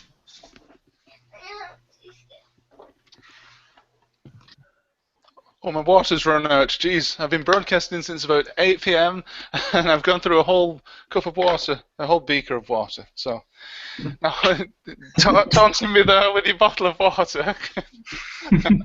Oh, this is just beer. I've got beer. Ah. So what is your tipple of choice, Eddie? Well, I'm not too fussed, really. I mean, what are you drinking tonight? I'm on Stella. I hate normal Stella, but I like the Stella 4. Normal Stella to me tastes really chemically, but the Stella 4 stuff is quite palatable. I would say Heineken is probably my lager of choice. Ah. You know, we need Chris Shankt on here. He's the resident expert of Retro and Limb. Beer connoisseur. Beer. He is indeed. Oh, Smooth MJ has posted a comment about Harrier Attack. He says he didn't know that. I presume he's talking about bombing the ship at the beginning. Oh, yeah. Yeah. His second best game in the Amsoft pack for sure. Oh, I wonder what the first one is. Smooth, you've got to tell us. Also, the Midnight Resistance remake gets approval from me. Would love Rolling on to the see them. ropes. Yeah. It'll probably Rolling on the Ropes. Or Oh Mummy. Was Midnight Resistance, was it published by Ocean? Yeah. Yeah, I think I had it. Ocean did Yeah. so much good stuff. It was amazing. Yeah, loved it. I mean, if we go back to okay, I'll start on another mini topic, if you like, which is when you were a kid, the game shop that you used to go into to buy your games, and mine was a place in Birkenhead called Computer Adventure World, and it had the glass cabinets all the way along. It was only a small shop, and it had a cabinet for the Amstrad, one for the Specky, one for the Commodore. This is a great question. A guy would come down. He's only a young guy with a black polo neck right up to his chin, and he'd say, "Can I have a look at this game, please?" And he'd open up the cabinet, and he would present it to you. He'd be watching you every second when you looked at the tape and things like that. And then you would buy it, or you wouldn't buy it if you didn't like what was on the back of the box, because that's what it was like at the end of the day, unless you'd read it in a magazine. So that was Computer Adventure World, and I'll just tell you a quick back on story for that. Me and my mate, Mikey, we went, I don't know how old we were obviously very young. We went down to Computer Adventure World, we bought Turbo Outrun, took it home, and we went, it was a £10 game, so it was an expensive game for the time. It was top dollar game, and we were made up about it, we were really excited, and we put it in me dad's hi-fi, tape to tape. But we put the tapes in the wrong way round, and we copied the game. Yeah, we copied over the game with with the blank cassette, and we realised what we did. I told my dad, I said, "Oh, we'll take it back. They won't get onto it." they wouldn't accept it back because they've obviously had that before. So my dad was really generous at the time. He went, okay, you know, I'll give you £10. You get yourself another game. And to be honest with you, that one was terrible on the Amstrad. But they had Chase HQ in this glass case, so we picked that up and we'd probably done the tape to tape. So it worked out for us, but my dad was £10 out of pocket. So. Well, if the game was rubbish, you're doing a good service by wiping it, aren't you? One less copy of the game out there for people to not enjoy. We got the better game. We got the better game. But how about you guys when you were kids? Well, you mentioned... a lot of the time the tape to tape wouldn't work for me. It just wouldn't work. Well, it didn't work for me. Didn't bother. Well, I think I tried about 10 times. Didn't bother after that. So. I'd like to say I never pirated a single game. It's true. Of course. But yeah, I remember my local Comet was a little bit like your local store, AD, because they had all the systems set up at the front of the store, but it was the Nintendo era, so there was original Nintendo with stuff like Chip and Dale playing and Super Mario Bros. 3, and then a little bit later on, the Mega Drive. That's my own personal memory of that. But we never actually bought anything from there. We just went to play on the consoles there. We just, can we go to Comet? Yeah, you can play on the games for 10 minutes. Yes. I used to do the same actually. A bit later on, early 90s, at the back of Dixon's, they used to always have probably 91, 92. They'd always have. It wasn't so much with the computers or consoles. They'd have the CD TV and they'd have the CDI, and they'd just be playing demo loops at the back of the store. And me and one of my friends, we just go and just look in awe at the demo loops because they were so far in advance of what we'd seen before. I mean, even if you look now, the CD-TV loading screen with the rock, with the hologram, with the CD-TV logo spinning round. I mean, that was 91. That was I still had an Amstrad, I think. You can imagine my jaw was just dropped at seeing that. Oh, welcome back, Chris. Sorry, family. That's okay. Family before live streams. I heard the word Amstrad though, so I came back. Well, actually, you mentioned Amstrad. We've had another comment regarding the good old Amstrad CPC. Smooth MJ says, "Oh shit, I forgot. Oh mummy. Yes, the award goes to that one. Then simply for the addictive nature of it. Roland. Oh, controversial. Roland on the ropes is number 3. As I found myself playing Harrier Attack more. Pick up and play. That is true. It was a very, very quick loader, Harrier Attack. Couple of minutes. Yeah. Also used to have high score challenges on Fruit Machine with my mum back in the day. Oh, Fruit Machine.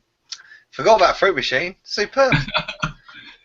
What about rolling in the caves? Oh, don't talk about rolling in the caves. That fucking dragon. That's bugaboo. Don't worry about that. Yes, I was playing that on the first stream. Funnily enough, yeah. I didn't catch the first stream, guys. I only noticed the second stream. So well, that's okay. But if you do want to watch it, I recommend you wait till tomorrow evening when I've uploaded the non-laggy version, the one that I recorded locally, because the audio. Yes, because there were some severe problems with the live stream. But I'll upload the local version tomorrow. It'll be nice and smooth. And you'll say, oh, look at this! Hariak is truly a genius amongst men. No, probably not. Anyway, Retro Games 1979 says, tapes are normally double-sided with the same game on the other side. Yes. Yes. Most of the time they were, yeah. So if it didn't load on one side, yeah. fast forward it to the end and then turn it over and load it and it might work. If it was a multi-load, you'd put the levels on the other side. Yeah. So you didn't have to find past the game. I found that out with Mask on the CPC. Yeah. I was trying to load it and it wouldn't load, and then eventually it did load, and then I realised that all the levels were on the other side of the tape. Oh, my answer earlier to the last retro game I played. Yes. It's Zub. Zub. Eclipse. Zub on the CPC. Yeah. Oh, That's I what I don't was remember that playing. movie. It's some sort of alien thing. You got to jump on clouds and you get beamed down onto some surface of some planet, but you can't escape the sides. And you got to jump on clouds and move up, and then escape, and that's it. Oh, Chris, what can I? Because you're a bit of a CPC expert, right? There's one game from my childhood that I played, but I cannot remember what the name of it is or anything like that. And you are like an astronaut. It's like Spectrum-esque graphics, okay? So, but you're an astronaut and you're in a ship. It's like it's almost like a bubble ship. It's quite big. The sprites are quite big on the screen. And you can go around in your ship and you park the ship and you get out of the ship and you have to go and collect things and get back in your ship. And I think there might be an oxygen limit when you get out your ship. God, it sounds familiar. Is it isometric or is it? No, it's proper Side 2D. scrolling. Proper 2D. Chris, consult your book. Really side scrolling. You go through. Familiar. You go through into other rooms, so it'll go from that room to that room, and things like that. I remember it being quite atmospheric for the time, because it's made an impression on my young mind. Bloody hell. I think it was number 3 on a pirate tape compilation, so I can't remember what it was. For the record, I have no idea what game you could mean. It rings a bell. Yeah, because I really enjoyed it, but that's the one game that I cannot remember the name of or not found Is it out. space or underwater? I was in space. You're definitely an astronaut. Yeah, it's like an alien environment you're exploring. Agent X, is it? What was that? Agent X. It's Don't know, mate. Going through a long list of Amstrad games now. I'm thinking. It sounds familiar. I just can't think of. Come on, Chris, think of it as Retro Mastermind List, the final. Oh, get lost. That's what we. It's That's not, been done, not mate. Agent X. It's definitely not Agent X. No. No, carry on. Sorry, okay. mate. You're going to be the same as me now. Oh. Jim, did you have much experience of the Amsoft games? Stuff like Oh Mummy and Roland on the Ropes. Did you ever play them? Oh Mummy, I did. Yes. I can't think of any other ones that I played. I used to play Ghosts and Goblins. Ikari Warriors. Oh, great game. Brilliant game, loved it. Carly Warriors, fantastic. Yeah, Sorcery Plus. Oof. And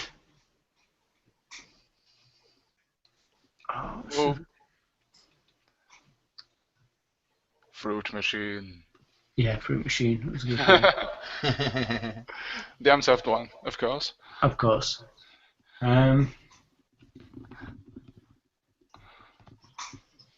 Tausetti, or however you. Oh, how hard was that? That was ridiculously hard. I was never any good at it, but I enjoyed playing it because of the 3D in it. The free skate games are really good. Yeah. Tuck Clips, Driller. Yeah. Trying to think what other ones I used to play. What about Stunt Car Racer? Brilliant game. I hated that. I had it on the ST. It was brilliant. Loved it. It was addictive. That's still pretty addictive to this day, actually. Yeah, it is actually. Isn't it? Yeah. Back. Mm. Did you go to any shops in Liscard? There It was Microbyte and the comp shop, wasn't it? was Micro Snips. Oh, Microsnips, that was it. Yeah, Micro Snips, and they had one. Is it in Liscard? And they opened one in Birkenhead as well, just up the road from Computer Adventure World. Yeah. And the first, my uncle took me to one in, I think, was it Liscard, yeah? Yeah. Good Snips. Because it had like a white background with the, bit like a Master System, the grid lines with the micro snips in black on top of it. That was the sort of logo, wasn't it? And he took me there, and I think he bought me a game, my uncle, and they wrote the receipt out in pen. And they had all these computers. This is back in the late 80s, but my uncle was like, "You've got all these computers, and you give me a paper, handwritten receipt." I couldn't believe it. Yeah. Are you from the Wirral then, are you, Jim? Yeah. I used to go to the one in Liscard to where you used to get all the games from. Oh, brilliant! Because I'm from the Wirral. I mean, I live down in Cheltenham now, but I'm from the Wirral originally. Mm-hmm. I've got a question regarding that, actually. Are there any good sort of hidden retro games or maybe modern game shops in Liverpool these days? Yes. Yeah, level up. They've got a channel, actually. The girl's called Lucy, and it's Level Up Games, and it's in everyone calls it Quiggins, but let's just say it's the Central, and it's by the hotel, by the Adelphi Hotel. Okay. And, Yeah, and she's got a YouTube channel, Level Up Games. Oh, really? Cool. I'm going to have a look for that. Check it out. I was in there a couple of weeks ago when I was back up north, and I just traded in some stuff, but she's a nice girl, actually, and that's her shop, so definitely check her out. Mm-hmm. Oh, fantastic. Note that down. Yeah, yes. Right, I feel we're actually winding down now. I look at the clock and it's 1:30, so we've been running since 8 o'clock, nearly 6 hours. So it's been a marathon, not a sprint tonight and this morning, ladies and gentlemen. I'd like to thank you for sticking with us, if indeed you did stick with us for this long. If anybody did, please write in and I'll send you something. I don't know what. I'll send you a prize because you deserve it. But before we leave for this evening, we'll just take one last look at the comments, because Smooth MJ says, regarding Tape to Tape, I went one step further, bought a game, carefully opened it, and swapped the tape reels with the non-working copy, and returned it for a refund. Oh, Smooth. Good job you're acting under an alias tonight, because the cops will be coming after you for that. The piracy police. Of course, we never really did that. He's joking, of course. These are apocryphal tales of things that never really happened. Honest Gov. Right. I believe that should just about wrap up this stream. So, does anybody have anything they'd like to bring up? Any closing comments or anything that they'd just like to say, really, before we leave? I don't know what the game was. Which game? I will have a look, because I'm going through a lot of Amstrad games at the moment. So. He's doing it for his compendium. Oh, Retro and Lim says, I've been to Level Up, a great store. They've just extended the store.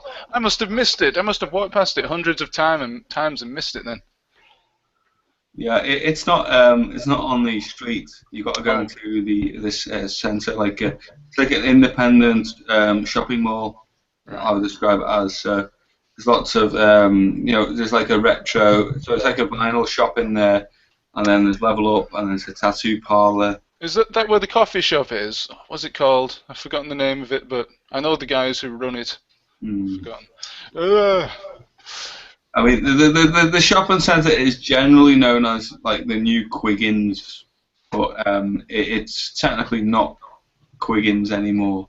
But if you ever in Liverpool, just say where's Quiggins, and they'll direct you to where it is. So. Sounds like the shopping centre in Watford. It was always called the Harlequin, and they changed its name 2 years ago to Into. And everyone around here still says, we're going to the Harlequin, It's still the Harlequin. It will always be the Harlequin. It'll never be Into. Into sounds a bit hipsterish for some reason. Yeah. I don't know why. Yeah, well, there's a ginger beard on the bloody building, you know.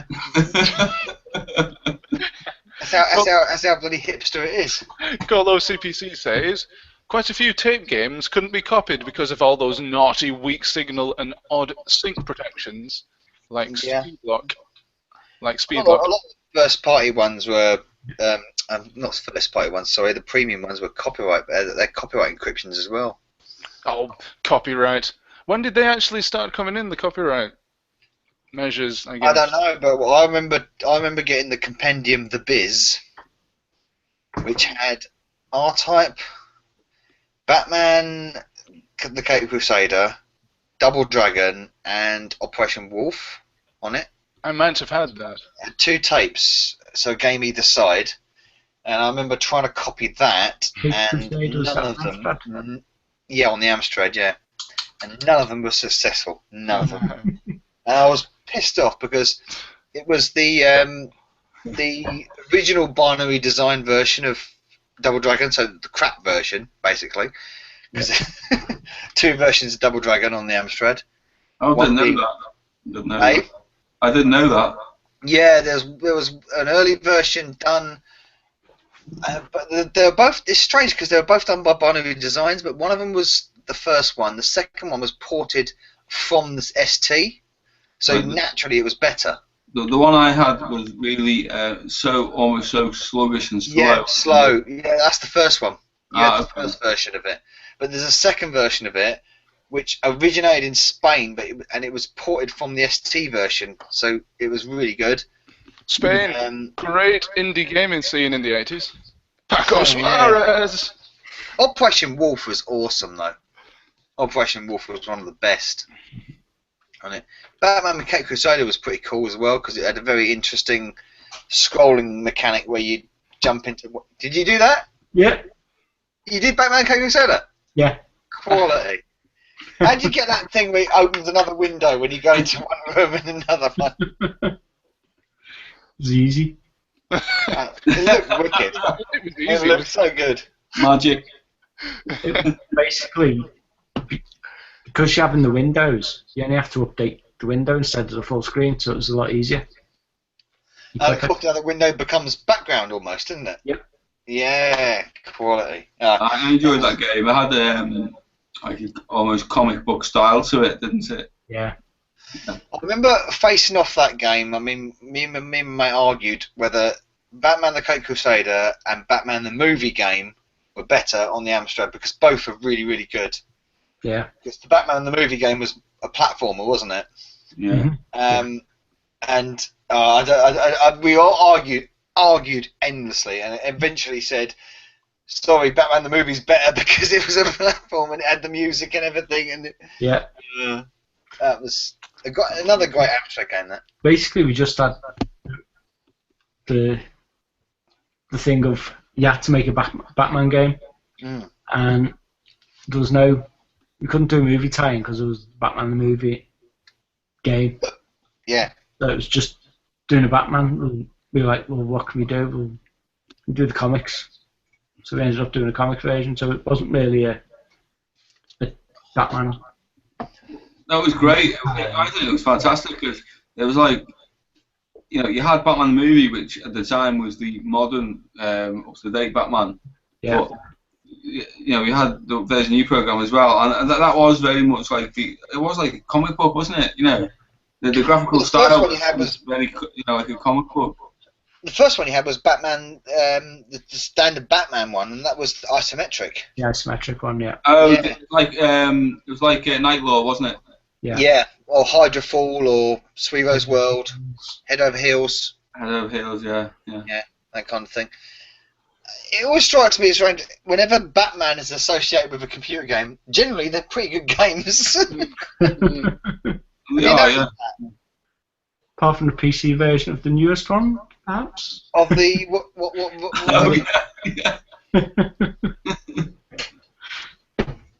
Hey, that didn't go down very well. No, it didn't. I think someone's posted a vid up of they go through a car chase and then they try and sort of pick up the villain and throttle him. Yeah. But the villain's sort of down there and he's throttling midair, speaking to midair or something. I'm Batman now, get up here.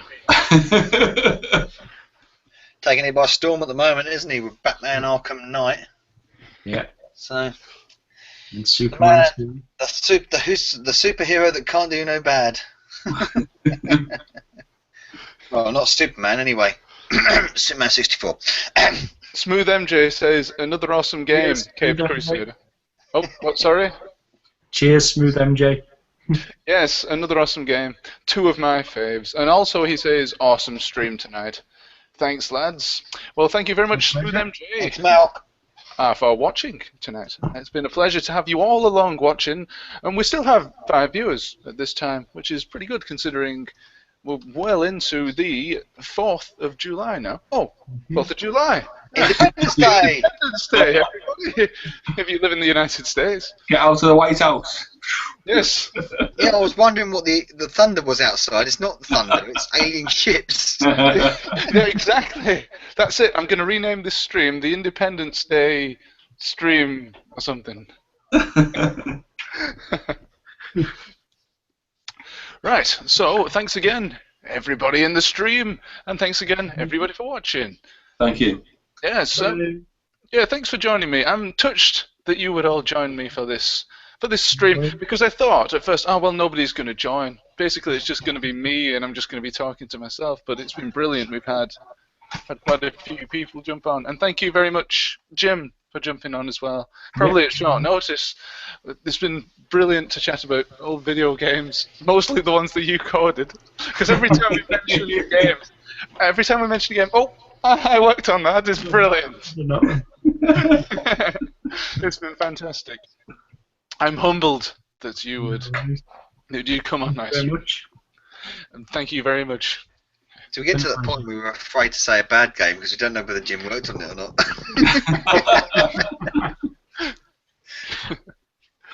not. Yes.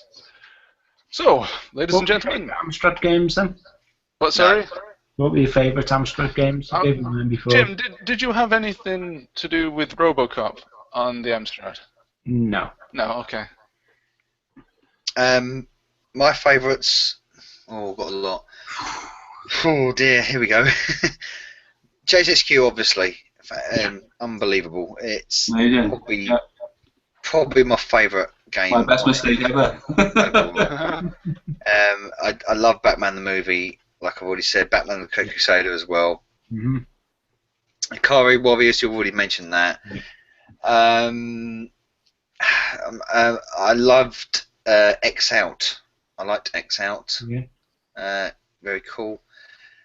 I'm just trying to think of a few. There's a couple of shooters I really. Mr. Heli. Yeah. I really like that. Amsoft games like Harry Attack, I did like. Hey, I loved the scrolling on Tornado Low Level. I was just going to say TLL was good. TLL, I love TLL. Becky as well. Yeah, were you involved in TLL?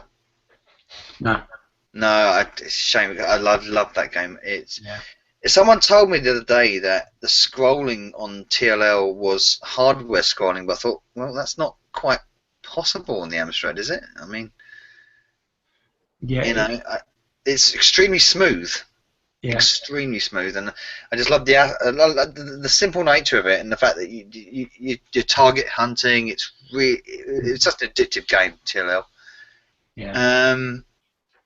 That ports.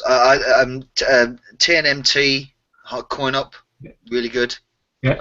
Love that. It's a shame they didn't put the music in it. I know. You should write a book about all these games, Chris. Sorry?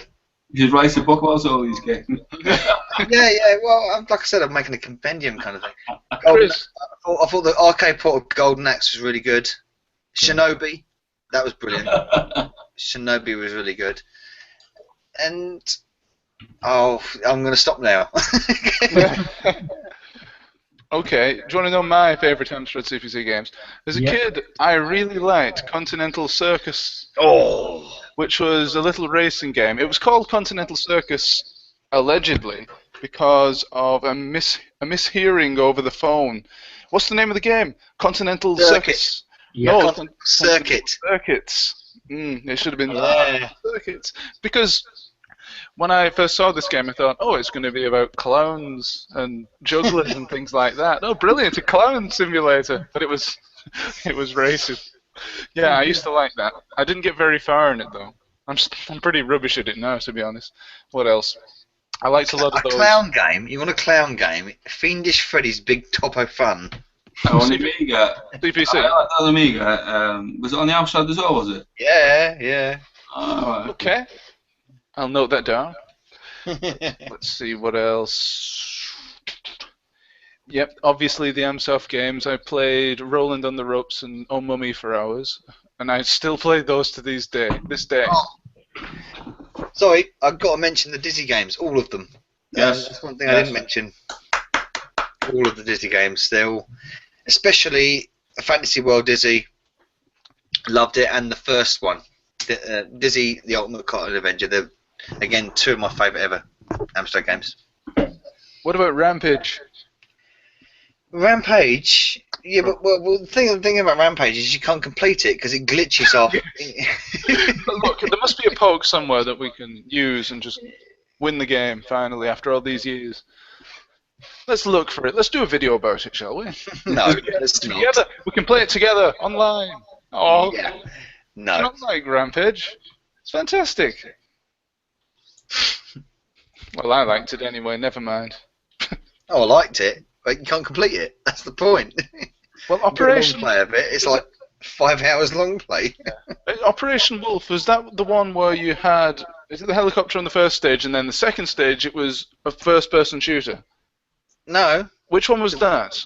Both Operation Wolf and Operation Thunderbolt on rail shooters. Oh, okay. Galleries. There's shooting galleries. Oh, I thought that was pretty good, but it was difficult to control with the Operation Wolf joystick. is fantastic. Mm. Fantastic game. Although I couldn't do it very well. I enjoyed it. Oh, I forgot to mention Shadow of the Beast as well. That's really good. Yeah. Oh, again, I didn't know that was on the 8-bit. I always associate that with the Amiga. Yeah, What have you got there? Donkey Kong Jr. Right. See the lines. I don't know if you can see that one. Oh yeah, and the lines there. Yeah. There's. You can't really see it there. Oh, there you go. Can you see that better? Yeah. Yes. Yeah. So you got that. That's where the interrupts occur. Ah. So you get like so many down the screen. You have the 5 on the screen, and then you got the 1 for the V blank. So that's what's that? The Amstrad emulator. Yeah. WinApe. WinApe. Oh yeah. WinApe, yeah. Oh, so you've activated. Yeah, I can see what you've done there. You've activated the. It's a good emulator, actually. It's a really good emulator, that. Yeah. WinApe. Yeah, I used WinApe as well. It doesn't stream though. Well, I was streaming earlier with it. It doesn't. Not on Hangouts. It doesn't. Well, to be honest with you, I done a video about 2 months ago, and I just put my camera phone in front of the screen. all my Amstrad videos are done with WinApe. I used to enjoy Donkey Kong Jr. on the NES. Oh, look at that. I haven't finished it yet. Oh, right. I was wondering how you were doing that. Brilliant. Is that literally on a WinApe? You're playing with an ape on a WinApe? The meta-ness is astounding. Yeah, I used to enjoy that on the NES. Donkey Kong actually on the CPC is really good. CPC. Yeah, Donkey Kong, the original Donkey Kong is really good on the CPC. What did you think? What did you think of the Atari version? Never played it. No, okay. CPC kid. So that's going to be the name of your book, isn't it? The CPC kid. Hey, I was subjected to things like the bells. Trying to think of knockoff Hunchback. I think if we go back to the question before, my favourite Amstrad games. Let me think. I mean, you got the 1 and the 2 Batman games, and obviously it's an honour to have Jim here, to be honest with you, because they were even back then when I was a kid. There was 2 Batmans. There was the old-fashioned Batman from the comics, and then there was the new dark kind of Batman, you know, from the movie, Batman the movie. So it was good to have those. I would say another good game I used to enjoy was the Untouchables. Oh yes. Yeah, I thought that was a really good game. I'm gonna say now I'm gonna say Manic Miner and Jet Set Willy. But now looking back, though, I'm a bit jealous of Spectrum owners now because they got Jet Set Willy 2, which had the best Easter egg ever almost, because it was on the front cover, but you didn't really know what the astronaut suit meant. And until you went right up to the top of the house and then jumped up, you end up in a rocket ship. You go up and you're in an astronaut suit in Jet Set Willy 2, and you've got a whole new world to explore while you're in an astronaut suit. And I thought that was absolutely amazing. Wow. Yeah. You know that. Did you not know that? It's absolutely You know that. yeah. It was only released on the Specky, I think. It was never released on the Amstrad. But basically, the whole game is the same, apart from when you jump up at a certain point at the very top of the house, then you end up in a rocket, and it actually does that animation and everything straight up, and you end up in some kind of space station with aliens and stuff. You got to jump over. But I mean, Jet Set Willy for me, the almost open world aspect of it, you know, for the time was just outstanding. And I'm going to go back to what Chris said there, you know, the Dizzy games. For me, it's slightly different. It wasn't Dizzy 1. For me, it was Treasure Island Dizzy and Fantasy World Dizzy. Treasure Island Dizzy was rock solid because you had one life. And if you got your equipment in the wrong order, especially under the water, with your if you drown and you're gone. But really, for Treasure Island Dizzy, the actual accomplishment of getting to all the coins island. Well, no, the island. The accomplishment of actually getting over to the island, and then there was the other island after that was the mainland with the guy. And they said you can't escape unless you have all 30 coins. Yeah, because I think it was the 50 coins or 29. 30. 30. And I could only get 29 of the buggers, and there's one that's there was one in the cloud. Yeah. It was on the cloud. Was it your video? Was it your video, Chris? Yeah. Well, I haven't done the video on it, but I've played through the game. There's one in the cloud, yeah. Someone did a video quite recently on it, and until I seen the video, I didn't know where that fucking coin was. But, yeah, I mean, yeah, and you've got obviously your blockbusters like RoboCop was fantastic when it first came out. You know. And I would say that's it. I mean, obviously there's dozens of games that are really strong in my memory, like that space game that Chris can't remember, of course. But anyway, but yeah, anyway, yeah. You can't remember it either. No. Well, nobody could. Nobody here could. Our combined expertise in the Amstrad CPC, and we couldn't think of what the. It's familiar, but the name Stormlord. No, I don't know Stormlord. Chris, great. Are you making this your personal goal to find out this game before the end of the stream now? He said it now. I'm gonna have to find it out. Now I'm not gonna find it out before the end of the stream. This might sound like sacrilege. You mentioned Dizzy, but the game I played the most starring Dizzy was Fast Food Dizzy. It's not really a proper Dizzy game either, is it? Great soundtrack. Yeah, they were sort of. They released a lot of those, didn't they? Quick Snacks, Fast Food, Dizzy Down the Rapids, and Bubble Dizzy. And they were kind of arcade clones, weren't they? They just used the Dizzy mascot as a way to sell the game. I think. Well, Dizzy Down the Rapids is basically tubing. Yeah, correct. Yeah. And it's not very good. Bubble Dizzy on the Amstrad, again, not very good. They're the two Dizzy games I don't really like because they're not very good. Saying that though, the music on Dizzy Down the Rapids is really good.